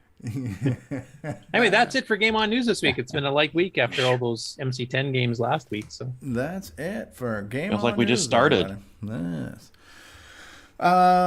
Do we need to take a break before news, or do we want to just roll into news? Not too many news stories, so we've been pretty quick. Ron Delvau's is the potty break meter. Ron, do you need a potty break? Always good for you. So it's in his contract. We have to take a designated Ron Delvaux potty break right now, ladies and gentlemen. So we'll be back after these words with news with Gail Curtis Boyle. And how about a little bit of, since we've done one DeBruce Moore commercial and we showed off CoCo Forever, let's do a twofer DeBruce commercial and let's do a little bit of Forest of Doom here. And we'll be back after these words. CoCoTALK is brought to you in part by Placeblex Dietary Supplement. Placeblex. We think it works, so will you. It's a Radio Shack Merry Christmas. Oh, I remember that Christmas. Dad gave me my first shortwave radio from Radio Shack. What memories. This Christmas, we got our son's Color Computer 3 from Radio Shack. It hooks right up to our TV and was on sale for less than $130. The Color Computer 3 makes learning fun. Jimmy even lets me use it for word process when he isn't playing computer games. Lucky I still got my shortwave.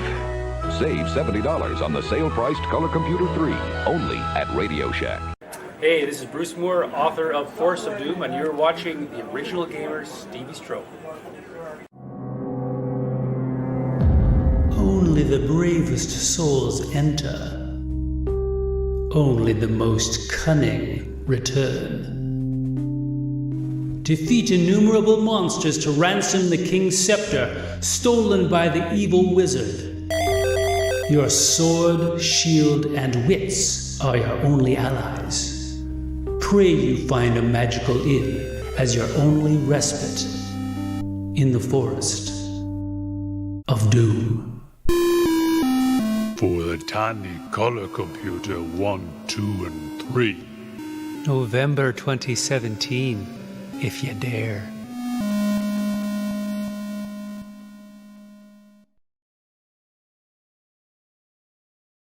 This is Ken Reichert, author of Nightmare Highway. Nightmare Highway. And you're experiencing CoCoTALK? Just when you thought it was safe to go back to CoCoFest. Nightmare Highway. Nightmare Highway. CoCoFest Edition? Still low resolution, still digital to analog converted sound. More machine language. And basic. Nightmare Highway. Nightmare Highway. Now includes the power of Terry to clear the road ahead. Nightmare Highway. Nightmare Highway. Available as a DVD-ROM with all my past games as an alleged bonus, including my unreleased 4th Rainbow Adventure Contest entry. Unreleased for a reason. Nightmare Highway. Nightmare Highway. Get your physical or digital copy at cancanmakeit.com. Now you've really paid too much. Nik marionettes on electricity. Crikey! Electricity's a fad. The biggest market is with open flame. Brought to you by Nitrous 9, Ease of Use Edition. Hashtag OS9 Forever. From around the world, what you need to know. Get caught up on News with L. Curtis Boyle. And now a Muppet News Flash. And take it away, L. Curtis Boyle. Okay, everybody seeing that screen there? I see a screen. TRC Color Computer. Pere Serrat. Yeah, so Pere's been kind of busy with the Supersprite. We just mentioned in the Game On news there that he released the 6-pack of AGD games. So this is some of the other stuff he's updated for it this week. All this is available on the Dragon Plus Electronics.co.uk site, which will actually show their page a little second here or two. So this is a whole bunch of the sound stuff he's been doing. So he's doing PCM WAV files to play on the Orchestra 90, which is not even on that board, but just to make a complete set.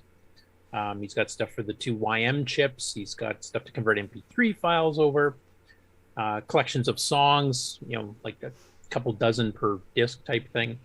So all that's been released as well. And you can all go to the site that actually sells the Supersprite board, and they've got a separate section that you can go to download manuals and guides. So they've got the updated manuals here, build instructions in case you bought the kit version of it, and then they've got all the software here. So that first version of the AGD games here, you've got the Supersprite compilation toolkit, palette demos, 1480 column demos, chip tunes. He's got 6 through 9 versions of some stuff, 6 out of 9 for most. Here's a bunch of the other players too for various CPUs. Just there's a ton of stuff that Pere's been doing. Just the exciting thing for me, besides the hardware itself, is this is hardware that's coming out with full software support right off the get-go. Yeah. Normally we get a board and then you have to wait 2 or 3 years until somebody takes the time to write something. Pere hit the ground running here, and now we've got a ton of stuff, sample code, all kinds of things. So I'm really hoping this does take off, especially with CoCo 1 and 2, because this really kicks it up a notch. And with rising entertainment costs, that's a real bargain. So exactly. Yeah, cool stuff. Thank you, Pere. So once again, if any of you guys actually have the real hardware, I would love to see the stuff live demoed on the show. Even if you have to hold the camera aimed at a screen type thing, just so we can see it here on real hardware. I realize we can do it on MAME. That's I'm gonna distorting it. That's distorting the hobby. Absolutely, we can all get on board with that. All right, so Tandy Assembly. All right. Yeah, so this is Jeff Birt, who was at Tandy Assembly, and he posted a short walkthrough video of Tandy Assembly that he made, and he was actually one of the speakers at it. Did he say this is the greatest Tandy show? I would like to have him refrain from making unsubstantiated claims, but okay, go ahead. It looks good. Yeah, so this is him there. There's a little intro. He kind of talks about some of the stuff that he talked about in his talk. He goes into the stuff he saw there at exhibitors, etc., and some of the stuff he picked up at the show too. So I won't play it here because it's like 12 minutes, but and I show the show floor, the organization of it, showing some of the booths, etc. So if you weren't able to make it to Tandy Assembly, and you maybe just seen still shots that were put up on Facebook earlier, you can kind of get a better feel for the show here. It actually goes into the pen plotter at the back there that did all those portraits. There's some pretty cool portraits done in there too. Both the people that are at the show, plus famous figures like Albert Einstein, etc. So that was pretty cool. definitely worth listening to, especially if you're somebody that's into the wider Tandy community, not just the CoCo. Yeah, well, scrub through it a little bit. Let's see some of the area to the right. This was the 4th or 5th year of the assembly, and I'm told apparently red was the color. One-third the size it was. If you didn't get the memo, it was difficult to impossible for our international friends to attend in person this year, due to the continuing travel restrictions. It's Peter Satinsky. Taking a walk through the display area, there's his we can new see that, Roundup like game. other vintage computer platforms, cool. new games, Oh, yeah, that looks good. Stampede, that looks good. For various TRs. He's not got competition from Nik Brisevac, of course, because he just released Roundup. and 3 game himself. Oh, he's got it on floppy and cassette in a Ziploc bag. That's cool. And came on an actual Authentic packaging there. disc or cassette tape. And I like the arrangement. You can watch the presentation from your booth. One of the slickest products I've heard that there were kind of pros and cons to that too. Built for various TRS-80 models. Standard off-the-shelf Meanwell power supplies were mounted to thick custom PCBs, which have the scrub a little bit. This is cool though. No, this is really good coverage. This is really good. There's Brian Schubert, I think, still on our panel right now, isn't he? Yeah. The Model 100s were not abundant this year, but still represented. Is that Randy Kindig? The little box at the back of the table is a backpack drive. It arrived just before he left for the show, so he brought it with him without even opening it first. For TRS-80 Maybe some of those pen plotters. That looks really good. We'll Charles Tandy there. Look at this whole wall. That's Ian Maverick. Plots that he recently Albert did. Einstein. Oh yeah. I didn't see all the bottom row there at the show. Difference here in the same picture plotted. It looks like John Linville there in the hat. I Some recognize some of these are random pictures off the internet, and some are of the presenter. 48K RAM down on the lower left. There's one of the Amigo streamers. There are also a couple of TRS-80 emulators on display.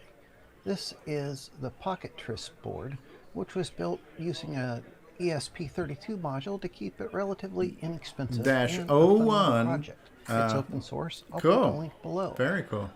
This is the Scope 80, which uses a cycle act of putting on the show. Oh, the Alice, nice. Yeah, in the actual case, they sold it in France. So. I think this is John's, if I remember correctly. That looks really good. Yeah, because there's some of the red cartridge boxes there too. So yeah. And a red carrying suitcase. Yeah, and that's Alice color at this point, right? So. Here's one. Oh, look at that! Ooh, that's a nice one, huh? That I'm jealous of. That's a beauty. That's pretty cool. Get some help with your challenging Iris graphics board as well. GoTech in there. What you working on? Oh, yeah, they cut the corner off the case and fit it in the. Cool. All right, that's good coverage. Yeah, make sure we get the link to that posted out there. That is a really good coverage of the Tandy Assembly this year. Good job. All links to all stories we have are always in our Discord in the news topic. Very good. The news part. Very good. Thank you. What's the person's name again? Scroll down a little bit. Jeff Birt. Hi. Okay. Thank you, Jeff, for doing that. Because for those of us who could not be there, we now have a way to enjoy it virtually. Cool stuff. Yeah. Then Kieran, of course, the big news this week was that he released officially 1.0 of XRoar, and then he quickly did the 1.01 to fix the bug we just talked about, which you actually mentioned on the chat here. Specifically on the 6803, the test command clears the carry bit. On the 6809, which he's more used to, it does not. So he carried over the 6809 behavior onto the 6803, which did not work, and that's what caused that bug in Jim Gerrie's game. So that's now fixed. That's why we got a 1.01. But his notes for 1.01 here, I mean, you can see all the stuff that's been added, which is like CoCo 3 support and fixing MPI stuff, MC-10 support, etc. Like this is a huge upgrade release here because now it's emulating Dragon 32, Dragon 64, Dragon 200, Dragon Alpha, Dragon Professional. It's almost becoming like MAME mess, where multiple. But for the CoCo community specifically. Yeah, it's cool. It's the official CoCo mess at this point, where it's emulating its super system. It gets rid of all the chuff of C64 and all right, and it gets rid of the multitude of developers that continuously break each other's work. Right, so now. Now he can do it all on his own. Yeah, that's right. That's right. Jim Gerrie's Anyway, freely available for download. There are versions for Linux, Windows, and Mac OS, so it's multi-platform for the host. He's actually got a manual online you can grab. There's a bunch of command line options. Like if you're running it through the GUI, that's nice and easy to get a game quickly mounted or something. But if you want to really get into the power up, there's a ton of command line options that you can do that you can't normally. You can mount some of this extra hardware we've been talking about. So definitely go through the manual if you're doing that, and then learn how to run it from the manual line, because it's a much more powerful program. I'm hoping at some point he will update the GUI to allow access to some of that for the people that just don't like running command line stuff. Mm-hmm. Thank you, Karen. Quality emulator. I will mention too, I don't have there's no website, but it was just an announcement on Facebook, but congratulations to the CoCo Crew podcast, which of course, as we mentioned, was, originally created to help promote CoCoFest, which has now had over 250,000 accumulated downloads over its 6.5-year run. And the fact that the viewer numbers for their podcast, for the Amigos podcast, and our podcast have all been going up the last couple of years. Like, it's not like one stealing from the other. Everybody's going up. The CoCo community as a whole is increasing, which is great news for everybody, I think. So I just... this is why you're wrong, Curtis. They say rising tides raises all ships or something like that. So, yeah. Until you run your head into the ceiling. But anyway... It's good news that their numbers have been going up. Our numbers are going up. I did want to point out one thing here. The Dragon special that we did, was it a month and a ago?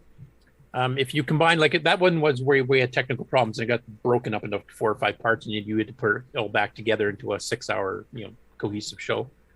If you combine the viewing of the broke apart version plus the full version that was released, it's just a hair under 1,000 downloads for that episode alone. 1 million views. Mm-hmm. So yeah, it's been a pretty successful show, and we got the sequel coming up next week. So. 1K. That's nice. Yeah. I think out of the CoCo Talk episodes, I think that's amongst the highest. Maybe the 8-bit guy one was higher than that. The one where we interviewed him. Mm-hmm. Cool stuff. Yeah. Next up, we got Mike Rojas, who and he mentions here at the top, he saw Nik. I hope I pronounce this right, Brisevac's keyboard replacement, which I'll show it in a little bit here. But he's actually planning on actually selling this, and he's got the parts list here, and he's planning to sell this for around $23 plus shipping. So this is a keyboard replacement of the membrane, the thing that keeps wearing down and quits working and keys stop working. People fix it with defog paint and stuff, and then that wears out and screws up again too. So this is a hardware version of it with real switches, etc. That's actually quite cheap, and he kind of shows here what the rough board looks like, and then basically this replaces the one inside your CoCo 3. You use your existing keys, you use the existing frame, and you just plug it in. But this is something that should last a long time and has much better quality. Is this similar to what you got, Rick Euland? Because that sounds a lot yes, like it looks very familiar to me. Yeah, because Rick had one of these for demo at CoCoFest, and he had a CoCo 3, with the CoCo 3 keycaps, but the mechanical. And as John pointed out, Cloud9 had one, like Mark showed this one off, but I don't think Mark is selling this yet, is he? I think it was just announced. I don't know if it's for sale. This is way more of a pain in the butt you would think. Getting all of those switches lined up with all of those little actuators in the CoCo through a third party in China is daunting. Yeah, and here's with the finished product. Once you put it in, you can't really tell unless you look at the connector that it's any different than the regular CoCo 3. So for those who don't want the extra cost of getting a completely new keyboard from Ed Snyder. So scroll back up there again, because that's pretty cool. Yeah. Do you want me to click on one of these to zoom it up? No. Just I know what he's doing. Never mind. I'm just gonna. Yeah, we both got exactly the same solution. Yeah. Yeah, and he was mentioning he went through there's different switches, different resistance, how hard you have to press to get it to press. And I know the Apple II used to have the reset button that was way harder to press than the rest. You wouldn't do it by accident. I don't know if Rick or you or if he has thought about maybe the brake key needs a little bit of extra resistance or something like that, or is that just too much of a pain in the butt to worry about? The idea is the actuators on the Tandy keys are so weak that you need the very lightest gram force that you need that. And about 80, it starts becoming unreliable, and by 100, it's some of his descriptions don't match my experience. Using the keys the way Tandy designed it to work with membranes, so there was actually almost no force required at all, and they just wanted to keep your force away from that key switch contact, so when you bashed your fist on the keyboard, you didn't just break all the switches. So when you try to make a mechanical switch work with that system, which is what you have to do to make this all cost effective, you need a very gently, you need a light touch switch. So you're limited to the very light end of what's available. Yeah. But it's nice that these solutions are coming up, because the membranes, like I've got a CoCo 3 keyboard here that I've got just sitting out as a spare now, but its membrane is gone. And I have defogged it once and it's wore off again. So at this point, there's some of the traces are starting to actually curl up and peel off in the interior of the membrane. So you can't they have a shelf life now that basically they're not going to work after a certain point. So it's nice we have replacements, and you don't have to rebuy the whole keyboard. I mean, I love my Ed Snyder keyboards. I did buy 2 of them. But the cost, if you're cost, aware, you need something that you can afford that's cheap. This is like a quarter the cost of a full blown. I do have a question for Rick. Now I see these ones are red. Is your board a different color? I'm old school green because that's microscopically cheaper to do. Yes, it's very microscopically cheaper. I don't know. I usually buy the red ones. How much microscopically cheaper? Talking like 3 cents a board or something? Yeah, who knows? The ones that I have now are considered prototypes, so I just took the default everything. Yeah, the turnaround time on the green ones are a little quicker. And the next one, who knows? Now, are these affected by part shortages too? Like, are switches and stuff hard to get now as well, or is that just chips that are the issue? In my case, no. But to justify paying for shipping from China, I need to do several projects in one shipment. I can't just send the one board from this, especially because it's the big board that's going to drive the shipping cost. And I'd really like to get the network board kind of bundled in with this and, get moving. Now, one question I did notice that a few people had asked, if they have the older D&E boards which don't have ribbon cable, they have that little header connector. And I know back in the day they sold for $5 a little adapter that would plug in. Is that something that any of you have been able to find? Because I haven't seen too many mentions of that, but I've seen people requesting it. I had to invent my little board to go into the CoCo motherboard because I couldn't find anything. I looked pretty far and wide. So, like 3D printing case shells and stuff to make up for not being able to find a commercial part. So it seems like the combined price here, $25 if you want to do it yourself to buy all the parts. And he's planning on selling it for 23 plus shipping, so he's not really doing it for profit. Yeah, well, that's cool. I'm gonna wait till Rick's got one for sale, then I can just buy. Because I don't want to do nothing. So, you don't want to have Curtis solder your board together for you? No. Oh, I can offer that service. I hope you don't want to type. But I gotta say, I did do some touch typing on testing on the keyboard that Rick had at CoCoFest, and it felt good. It felt nice and clicky. And I did. And same with Mark's, from a few years before that when he had it out for a demo too. Yeah, but it's never, to my knowledge, I don't know if it's ever been available for sale. No, I don't. So at least these will be ones that will hopefully be available for the public to purchase in the near future. So cool stuff. Exactly. Cool.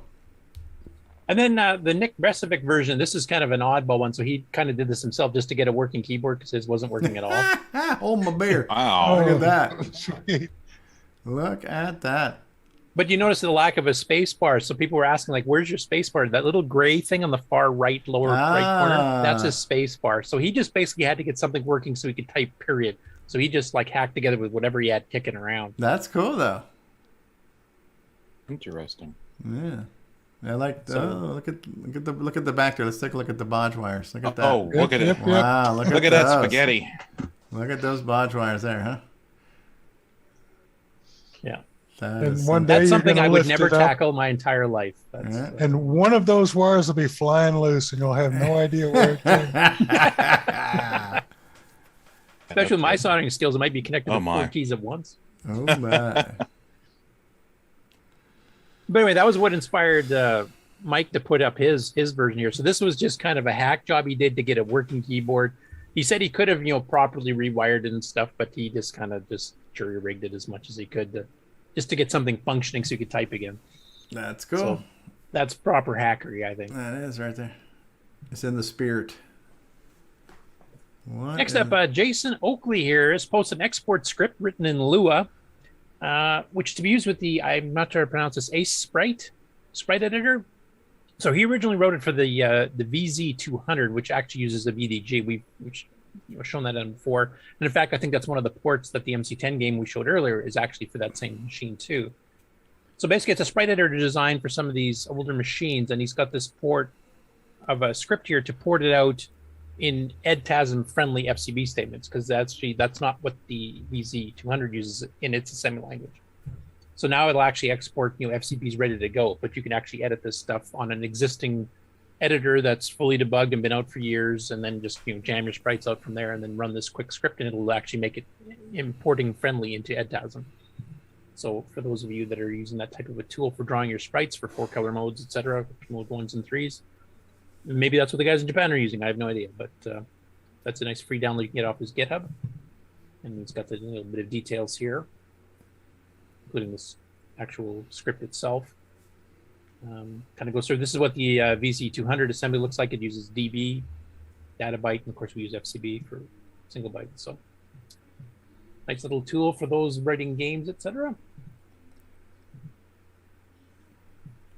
Like computer programming, added a couple more. He's kind of going through and learning, some of the extended basic commands here, and he did some experimentation doing a bouncing ball using the slow get put. You can watch it draw it down in a ripple as it goes. And he's kind of complaining about the speed.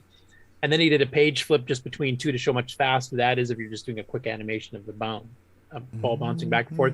I did post a message to him about the fact that there is, if you don't use the G option, you can do byte aligned, and it's a lot faster, like 4 to 5 times faster at least. So I'm interested to see if he tries that out and actually gets a version with that to show where the difference. Because I remember I did a little running guy that was probably about the same height as that ball, and it was pretty fast using get put in basic, just as long as you use the byte aligned only version where you don't use the G option. Because the G options meant if you want to grab a shape and then shift it a couple pixels, and it has to like bit shift the entire image over to get it to land on the screen. Whereas the byte align, when you like on P mode 4, you have to do it every 8 pixels, period, or it doesn't work. Alan Huffman's been kind of touching on this too on his basic series as well. So, and I did notice Alan's actually got some more content queued up to be released here over the next few days on his channel for some basic programming tips too. So nothing was released as of this morning, so I think I'll probably wait till next week to go through some of his stuff as well. For those of you into C or C-like languages, totally. CMOC has had an update release. Nice. So this is 0.1.72, and of course this is you host on a modern machine, and then you compile C-like programs down to the CoCo, and they will work. You can use it for both OS 9 and for regular disk basic coding.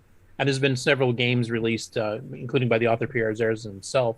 And I know Brendan Donahue does some of his demos for the CoCo VJ using CMOC and stuff as well. So this fixes a bunch of bugs, which he's got a list on here. He's also added a bunch of the memory functions from C, like memmove, memicarry. He's got VSF printf. He's got some optimizations. If you're telling it to make non-relocatable code, like code that's hard-coded for an address, you can actually speed up the code by pointing to tables and stuff by doing a loadx with the pointer address to the table you want to do, rather than doing an LAAX type thing. So he's actually got some optimizations there you can actually turn on and off. So if I understand right, this is something you do on your PC. You write the code in C on your PC, and then you compile it to something that can run on your CoCo. Yeah. Cool. Cross assembly, cross development. Yeah. Cross compiling. Yeah. Yeah. Yeah. And it's not full C, but it's C enough like that if you know C, you won't have any problem with it. He's always referred to it as a C-like language, and I don't know C, but and it's getting more and more C-like as he goes. I mean, these functions he just added here are all C functions that weren't in there before. So yeah, it's been around for a while. It continues to get better. I see what you did there. One of the games, we've got an old CoCo 1-2 style card game called Crazy Eights or something Eights, Color Eights maybe. Is actually on EOU, and it's actually a VDG style game that was written in CMOC for OS 9. And of course, he's made versions for RSDOS, and like I said, Brendan and a bunch of others use it for RSDOS development all the time.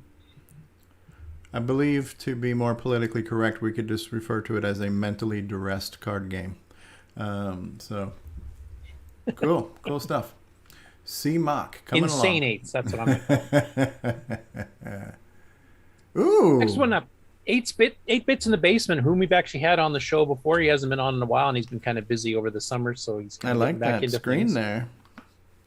So he's the guy that was, I think he's originally Irish, but he's lived in France the last almost 10 years. So he's picked up an Alice, and he kind of goes through it.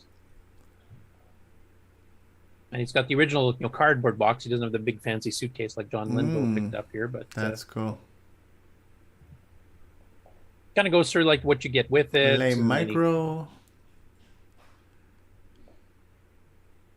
Of course, he's got the original manuals. Look at those! Look at those funky electrical outlets there too. I remember those. Yeah, that is so not American. In America, we don't got round plugs. It was funny too because he loaded one of the sample games into French. So he's busy translating it for you on the fly, so you understand what the hell this thing's asking you. And he starts going through the custom screws that are in there. Wow, look at that! And the star key, huh? How to unhook it without wrecking the cables. I just got this cool rare thing. There are only like 4 exist in the world, but let's take it apart. And of course, this is a C-cam. It's not even PAL. It's C-cam for France. So you can see the RF shield here, or the RF cam that used to be there is actually just kind of almost like a heat sink or something. Yeah, looks like outputting to the C-cam. Lead line to prevent X-ray penetration or something. So looks like an episode of the X-Files. From France. We're from France. No, that is cool. I mean, he's got the motherboard out. It's like, hold my beer. I'm just going to take this thing apart here, right? So, yeah. And the layout is a little bit different because there are some extra chips to get the C-cam to work, and of course the RF can's different. So it's not an American layout. It is actually, and it was manufactured in France by Hachette, I think it was called. There's 2 companies, Metra and Hachette, and I thought that was just one company. It's not, apparently, from what he's explaining. One was the manufacturer, one was kind of the reseller. So it's actually just they work together, but they weren't the one company. Okay. So it doesn't have all the bodge wires. What's that? No bodge. It doesn't have all the bodge wires like the MC-10 does then. Unless they're on the underside, I can't even remember now. No, those were factory installed bodge wires too. So.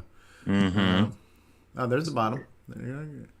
Okay, RF shielding. PCB itself, and once you've removed that, you're right. Wow. No bodge wires. No bodge wires. Look at that. PCB, which makes the camera go all green for some reason. Anyway, around the front here, it is a nice looking little compact motherboard, especially for that period of time. It's pretty. 4 solder points. You'll be able to lift this up away from this particular one was manufactured. And that's pretty much all of it disassembled right there for you. All right, so here we are with the Alice laid bare in front of us. So we can see that it was manufactured Cover your eyes, kids. April of 84. Alice is lay nude at this point. Label 2109, and also stamped on the label is 1209, whatever all that means. Now, any of you who know... Anyway, watch the video. It's a pretty good breakdown of the Alice and a little bit of history of the companies and stuff here, too. Scott Cooper is asking, is CMOC Windows friendly? I think so. I think you need to have a few tools part of your script, like your LW ASMs and your tool sheds and stuff that end up making some of the floppies for you. But I'm pretty sure it is available on multiple operating systems. Yeah, Alan Murphy, you've actually ran this. What have you ran it under? Is he still on the go? There is, I run it under Linux, but there is a Win CMOC. Does it need that, what do they call that, Syswidge something on Windows? Sigwin. Yeah, mention Sigwin. Sigwin. No, I haven't run Windows since 1997. All right. I think Sigwin, that's like a, isn't that like a sandbox, like Linux type thing to run Linux stuff under Windows? Yeah, it's been around for 20 some years. Okay, so yeah, it is doable though, Scott. Cool. Geez, if you haven't updated Windows since 97, that's gonna be one hell of an update patch. That's right. You're gonna be downloading for like there for years. It in 1997. I upgraded my system by removing Windows. Well, that's that Nitrous 9 boot that Brian Schubring actually modified too, but the one I just demoed back in the 90s too, where you boot up Windows 95 and then detect the Windows 95 virus and remove it for you. Okay. Next up, and this is kind of a plug for next week too, because we're going to be getting some of the people at this meeting, which is their equivalent of CoCoFest at Cambridge Center for Computing History in the UK. So that's next weekend, 2-day event. We're hoping to get them on, but as soon as we go on, it'll be early evening for them. So hopefully before they hit the pub, or at least hit the pub too hard, we'll get them on to talk about what was shown off. I'm imagining a lot of this stuff with the SuperSprite FM Plus board will be showed off. Sorry to interrupt, Curtis, but I'm hearing some clicking noises in my house. I think I've had a few power fluctuations. Right now, it still seems like I'm good, but I just want to warn anybody in advance if we lose things. I don't know. I heard my power supplies clicking and a few things like that. So far so good, but just be warned, we may or may not fall off the air. But I'm sorry, Curtis. Go ahead. Okay. I've only got 2 stories left here. So yeah. Pretty well done. So anyway, this is on next week. If you live in the UK and you're interested in Dragon Coco stuff, head down to the show. I've seen pictures. We've shown them before from previous ones pre-COVID. I want to go ahead and I'm going to go out on a limb here with an unsubstantiated claim, but I'm going to say this is going to be one of the greatest Dragon in-person events this year. I would go as far as saying D. Okay. Well, we can't substantiate that, but that's my prediction. So, in your opinion. And we are going to try to we're going to try to bring some of that coverage to the show, depending on who we can get to join us on Zoom on either a phone or a computer or something. So we will try to bring some of that through to the viewing audience here on CoCoTALK next week. I've mentioned to a few of them. I sent out a general email to them, and a few people contacted me too. Like Tim Gilberts, who was one of the people on the Dragon special previously, is going to go run around, take pictures and stuff, and then if he comes on, we'll be able to share those and kind of show. But I'm hoping to get some live footage from the show too, if we can. Yeah, if you guys could just join us on the show, that'd be great. Yeah. I mean, if everything went really swimmingly well, one of them has a Twitch account, we can actually do that link up like we do with the Amigos, where just auto plays from somebody else. We could just have them stream the entire show live. You'll have to get up early to see it, but that'd be kind of fun. So I'm hoping we can get that arranged. Cool. Ooh, and lastly, speaking of dragons, we have Chris's Retro Corner. And if I understand the backstory of this, his wife actually bought him a surprise, which turned out to be a dragon box with manuals and the whole bit. Now, I don't know about any of you guys, but I've never been married to anybody that would help me with my retro computing hobby and buying me stuff. My wife offers to give me boxes to throw it all away in.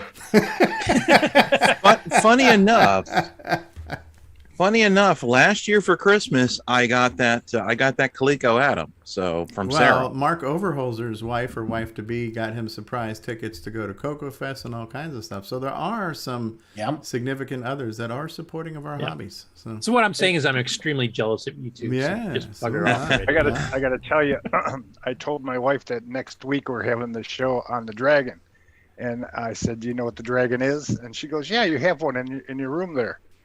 I said, "Which one?" She goes, "That one right there." And she knew. She could point it out. Yeah. Flipped me out. Yeah. Nothing about it breathing fire or anything. That's good. No. I have to admit, I've been in relationships where they knew what the Coco was because I just incessantly babbled about it all the time. But as far as being interested in it or keen on it, no. I mean, it's bad enough being in a relationship with you, Curtis, but then having to hear about the Coco on top of that. Oh, that poor woman. Exactly. I wouldn't wish that on my worst enemy. Well, actually, nice little micro deal. 6309 is kind of native mode is 15% faster than technically. With friends Let me get my notes us, from my pocket protector here. With friends like us who needs enemas, right? So. Ooh.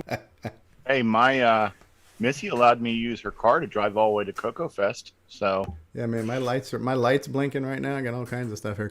I got clicky noises and blinky lights. It's like a prison break's gonna happen here or something. Sarah went to VCF Midwest. Oh, look at that! Oh, ooh, look at that! Oh, how beautiful is that? It is. It's a beauty. Mushy moment. Back in a second. Okay, and I'm back in the room. There we go. Mushy moment over. Mushy moment. Oh. He went to thank his wife for buying it. Let's have a very quick look around. So most computer programs for the Dragon run on a 32. Is it working? Yeah, actually, that was a discussion that came up on Facebook. Good one.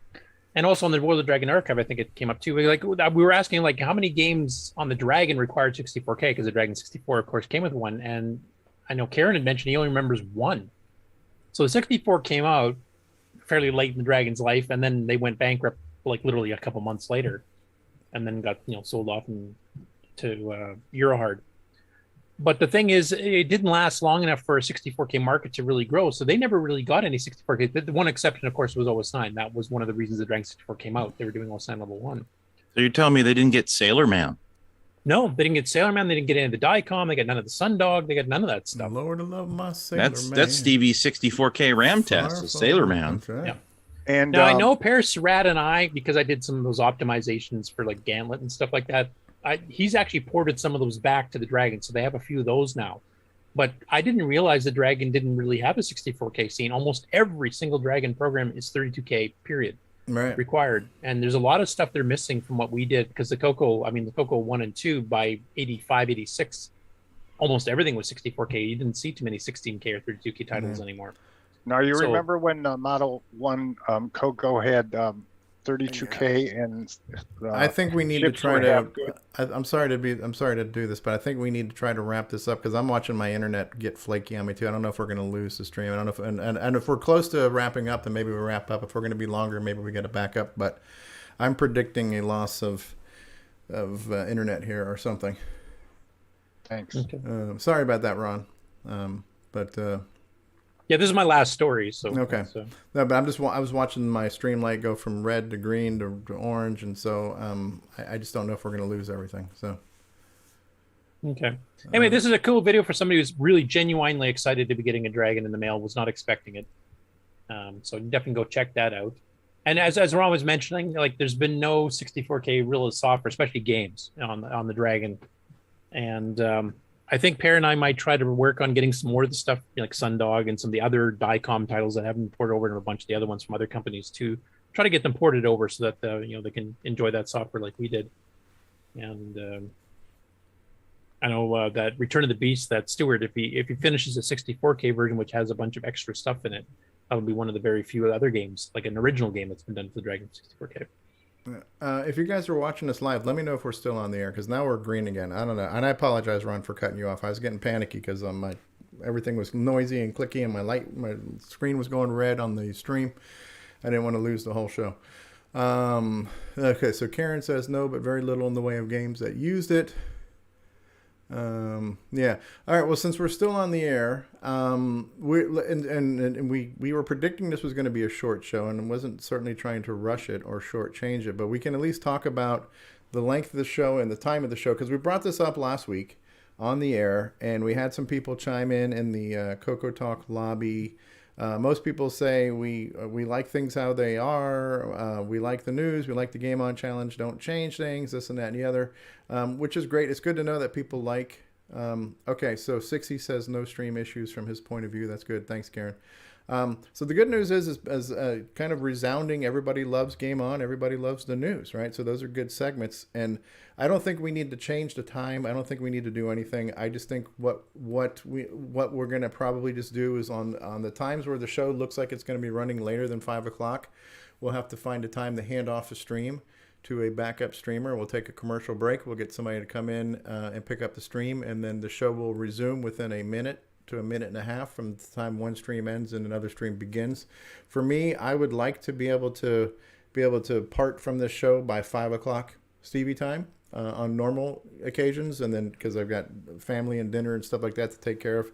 When we have a special show like a Dragon show or an MC-10 special, we'll plan accordingly to do it long. But I would love to be able to say goodbye around 5 o'clock my time. So if we're doing a show like today and it was getting close to 5 and Curtis still had more news to do, we then say, okay, guys, we're going to take a brief break. I will end the stream. Somebody else will pick up the stream and start streaming again. Unfortunately, the technical limitations are we can't just hand the stream over to another person while the show is still live. We have to stop and reset things and restart again. So there'll be like maybe up to a minute delay from the transition from myself to whoever's going to handle part 2. So on the days where the show is going to go longer, we'll take a brief pause, and then we'll just continue it as needed. That seems to make the most sense. Now, what about the moving back to 2 o'clock, since we have a decent size, so my internet's going red again. We have a decent sized audience right now. I know, Grant, you were in favor of moving it to 2 o'clock. I think Mark Bosley's in favor of moving it back to 2 o'clock, because you guys are unfortunately on the wrong side of this country where your time sucks and you're not with me. The wrong side of the Mississippi, right? You're on the wrong side of Mississippi. I hate to inform you, the Central Time Zone is God's time zone. So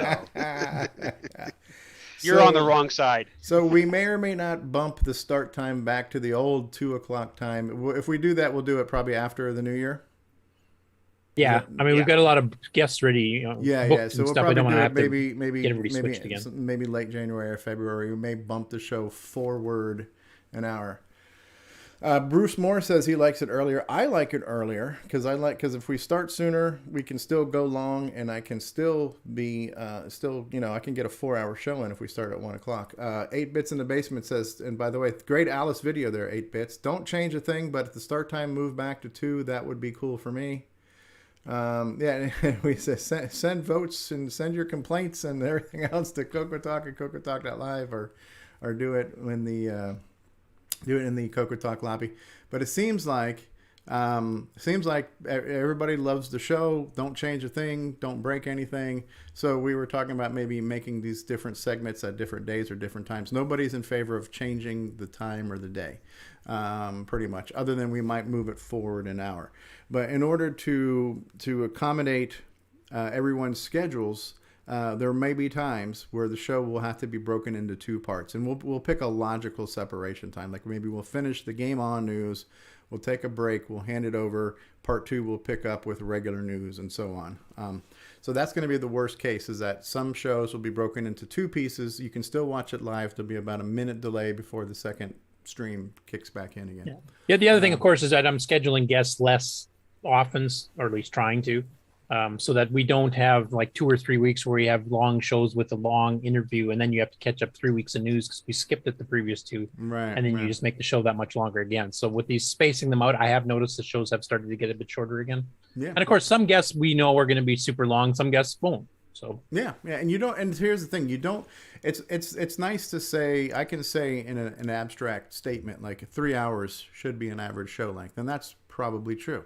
And 4 hours might be a long show. That's probably true. But there's going to be a day where there's going to be either a lot of news, or there might be a short news day, but there's just long discussions. And I don't think we should try to put anything in a box where if it's a good discussion and it's happening and it's organic and it's all good stuff, let it go as long as it needs to go. But if we start to filibuster and we're talking in circles and we're repeating ourselves, well, now we're wasting air time. Yeah. So but the nice thing about doing podcasts and doing broadcasting like this is that you're not fixed to a schedule like TV was. We had commercial breaks, and this show had to start at 3 and this show had to start at 4. It's free form. You can do long, you can do short, just whatever the content requires.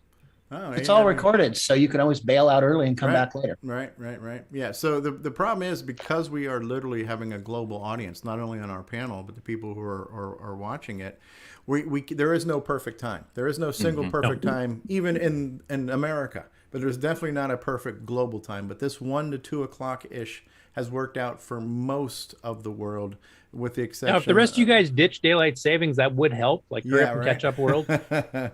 But like with the UK being about an average of 5 hours ahead of us, if we started at 1 o'clock, it's dinner time. We started at 2 o'clock, and then if we do these 6-hour shows, now it's getting into, like when we did the Dragon Talk, that 6-hour show, those guys were up till 1 o'clock in the morning that night. Now they knew that in ahead of time, but some of these time differences do not make everything perfect for everybody to watch it live. But we're doing the best we can, right? Well, look at poor Nik. I mean, he has to get up at 3 and 4 in the morning here to come on. From Australia. So. Well, he's making so much money. He's living on his CoCo royalties. I mean, granted, he does sleep through most of the show, so it's not that bad. I was about to say that. That's all right. I just sleep through the show. So we're not going to put in a box, but I already have a box. I got a rock. Yeah. I'll just go ahead and send this box to Nik Marentes. That's right. So, but yeah, we want that feedback to keep coming. So let us know the segments you like. Let us know, if you have suggestions on making things better or changing things or adding things. This show has always been a kind of a melting pot of the panel and the audience contributing ideas. Mr. Dave is the one who gave us the Game On segment idea. And I just want to say, for Curtis, you weren't at CoCoFest, but everybody who was at CoCoFest who I saw, there's like 2 or 3 things that were unanimous from everybody. Said Curtis Boyle does an amazing job. He with his interviews and with the news and everything else. I'm gonna go broke from all those checks I had to write. And then another one was shit, I can't remember now. But yeah, so Curtis Boyle. The other one is something to the tune of, you guys are doing a great job on the show. I think you guys are really helping out the community and this and that and the other. That was another one. Oh yeah, and then the Mark Siegel interview. Everybody's like, man, that Mark Siegel interview was amazing. And I'm like, man, I haven't seen it yet. Don't spoil it for me. But that's, I mean, I must have talked to, a dozen, 2 dozen people that just would come up to me at random saying, man, we think the show is doing great. You guys are a great thing for the community. Curtis Boyle does a great job with his interviews, this, that, and the other. And then, and the Mark Siegel interview was amazing. So I heard those 3 things numerous times at CoCoFest. So just wanted to pass that along to you, Curtis. Your efforts are not unrecognized or unappreciated. Okay. He's getting too big of an ego now. Well, but I'm Canadian, I'm modest. Well, did we have anyone say more David Latt? Ooh, yeah. Ooh. More Diet Dr. Pepper, please. John Laurie suggests I should get double pay, which is 0 times 0. Yeah. So Fred, you survived your first on air. How did it go? You lived to tell the tale. You're muted. There you go. Yeah, it's been great. Listening with interest to everything. Not much to say on most subjects, but yeah, it's been great. Thank you. No problem. Jump back in. All right, so what we're going to do, we're going to go ahead and run the outro, and then we'll be back for... Oh, by the way, I completely forgot. Do we have project updates and acquisitions? Does anybody have a project update or acquisition? Something they want to talk about? Story to tell. Well, Brian Weasler's not on, so that acquisitions. That would make it a 9-hour show. Actually, one thing we should announce, Brian Weasler, the second date we had picked up from mid-December, he is not going to be able to make that now, so... that slot is now open, but we're just going to do it whenever Brian gets time. He's got some stuff going on right now. Yeah, we'll figure out that date when I think Brian's working on getting his CDL for that semi truck of Coco stuff. I think secretly he's found a second semi truck he has to go pick up, is what I'm guessing. But yeah, all right, let's run the outro and then we'll be back for parting thoughts then. No updates, no acquisitions. Actually, I do have one. I have one which I got maybe 2 weeks ago, but somewhat Coco related. So as I am looking at some retro books to get inspiration on creating an adventure game engine, Alan Murphy had also recommended another book that I should get, which I did get. It's called 2 Massive Online Game Blueprints for RPGs and first-person shooters. And so this is talking about game design and game development concepts and blueprints and how to pitch it and how to come up with ideas and stuff like that. So Alan suggested I got this book, and he's never steered me wrong yet, so I went ahead and I got that one. That one came in probably a couple of weeks ago, but I forgot to show it off. So that is an acquisition. That's something I will be reading too as I get more into ideas for game development and whatnot. I do have one ego boost thing I'll throw in for me too, since for you propping me up here. Yeah. Your hair looks I was looking through Rainbow's online for I can't even remember what it was for, but I think it was for Alan Huffman's question on what were the original soft releases for the Coco 3 on launch. But I was looking through some other old Rainbows just out of fun, and then I noticed, and I'd forgotten about this, that actually in the pictures that Rainbow put up for Rainbow Fest back in the 80s, I actually show up in the background with one of them with Chris Burke. And I thought that was kind of funny, so I'd share that here. Okay, mullet, full-on mullet? No, this is a pre-mullet. Pre-mullet. So this is the 1989 Chicago Rainbow Fest here, and you can see, the crowd here, and you can see people like Kevin Darling here, Joel Hagberg over here. So there's a few people you can recognize. Rick Adams was the guest speaker at that time, and he's brought that plaque to show us there afterwards. Yeah, wow, look at that. Rick and Lonnie Adams. Falk, you can see right beside there. He's been a ham for like a long Marty time. Goodman. Oops. I jumped way farther. Coco Cat, won the stuffed cat thing there. Meow. Meow. All the seminars, they talked about all the seminars that were on. And look at some of the attendees. Joseph of Kenton Electronics. Is that you, Curtis, looking over somebody's shoulder there in a yellow shirt? That's Chris Burke, and there's me. All right. Back when the 256K upgrade came out, because RAM chips had a big problem with manufacturing after a fire in Japan. Or Korea or whatever it was. Oh, my internet just got red again. Hopefully it won't affect the stream. So it's just kind of a nostalgia thing for me, because I remember that particular Rainbow Fest there, and I totally forgot that I was actually in one of the snapshot pictures there. There's Tony DeStefano, of course, of CRC from Canada. Turn of the Screw. Yep. Also the 1 meg, 2 meg upgrades, and a ton of other things. There's some more Canadians there. Bleak Triad, the guys who did 7th Link and Overlord and Marble Madness. Those Darn Marbles. A bunch of games that they made for the Coco 3 specifically. Anyway, I just thought that was kind of funny. I kind of forgotten totally that picture was in there.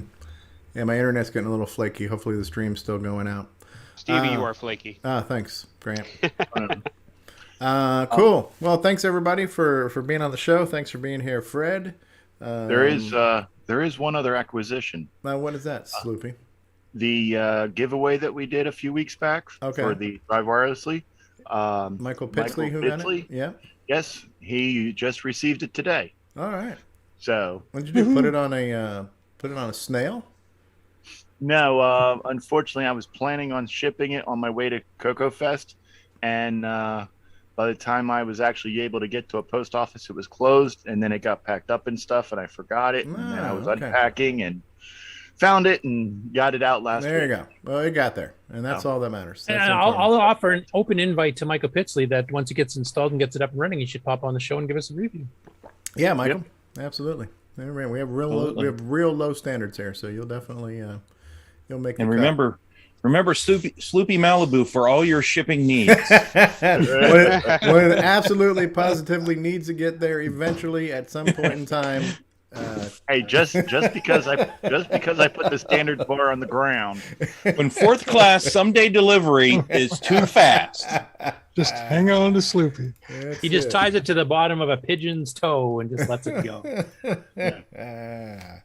All right, cue outro. This concludes another episode of CoCoTALK, the world's leading live talk show featuring the Tandy Color Computer, MC-10, and Dragon systems. For all things CoCoTALK, visit us on the web at CoCoTalk.live. We'd love to hear from you. Send feedback, suggestions, even segments via email to CoCoTalk@CoCoTalk.live. Consider supporting the show with a purchase of merchandise from our retro swag shop at 8bit256.com. If you'd like to become a patron of the show, click on the Patreon link on our website, CoCoTalk.live. CoCoTALK would not exist without the community, its cast, crew, and contributors. Thanks go to Alan Murphy, Amigos Retro Gaming, Bill Noble, Brian Joyce, Brian Weaver, Curtis Boyle, D. Bruce Moore, Danny O'Connor, David Ladd, Eric Canales, George Jansen, Grant Leedy, James Diffendapper, Jason Reichert, Jim Brain, Ken Reichert, Ken Waters, Mark Bosley, Mark Overholzer, Mikey Furman, MrDave6309, Nick Marentes, Nik Marotta, Paul Fiscarelli, Richard Lorbieski, Rick Adams, Rick Hewlin, Rob Inman, Ron Delvaux, Samuel Gimes, Sloopy Malibu, Steve Bjork, Terry Steggy, Tom C., and many, many more. Please help support the CoCo community. A list of various contributors and resources are available at imacoconut.com. That's imacoconut.com. The original CoCoTALK theme song is copyright 2008 by D. Bruce Moore and Greg Sheeler. The new CoCoTALK theme song is copyright 2020 by D. Bruce Moore. Both are mixed, mastered, and produced by D. Bruce Moore. CoCo forever!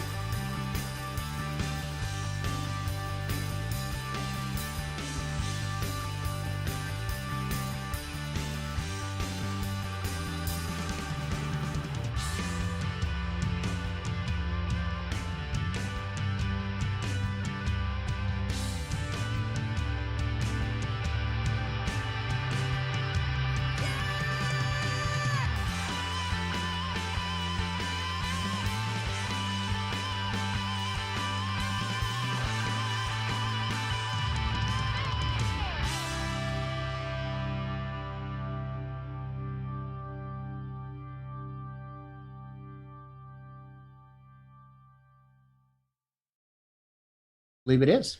It is. Yeah. It was a smaller news week though, so that was Understand. Well, no interview this week too. I do want to mention one thing here that actually has been brought up in the chat too, is that one of the successes of our show, I think, is the fact that it's interactive with the audience live while it's actually being recorded. So even if you can't be on the panel like Fred did today, you can of course just join us in the chat. You can fire comments, we'll read them on the air. You can fire questions, we'll answer them on the air, and sarcastic comments, which we'll promptly ignore. And let's not all forget the sex appeal of the panel here. There's lots of eye candy here. That sex sells, and this show here is woohoo. Just remember, ladies, David Ladd's here almost every week. He's got his grease weasel, and he's ready. One other thing, too, I would like to say, too, as we have officially are closing the book on the 2021 CoCoFest.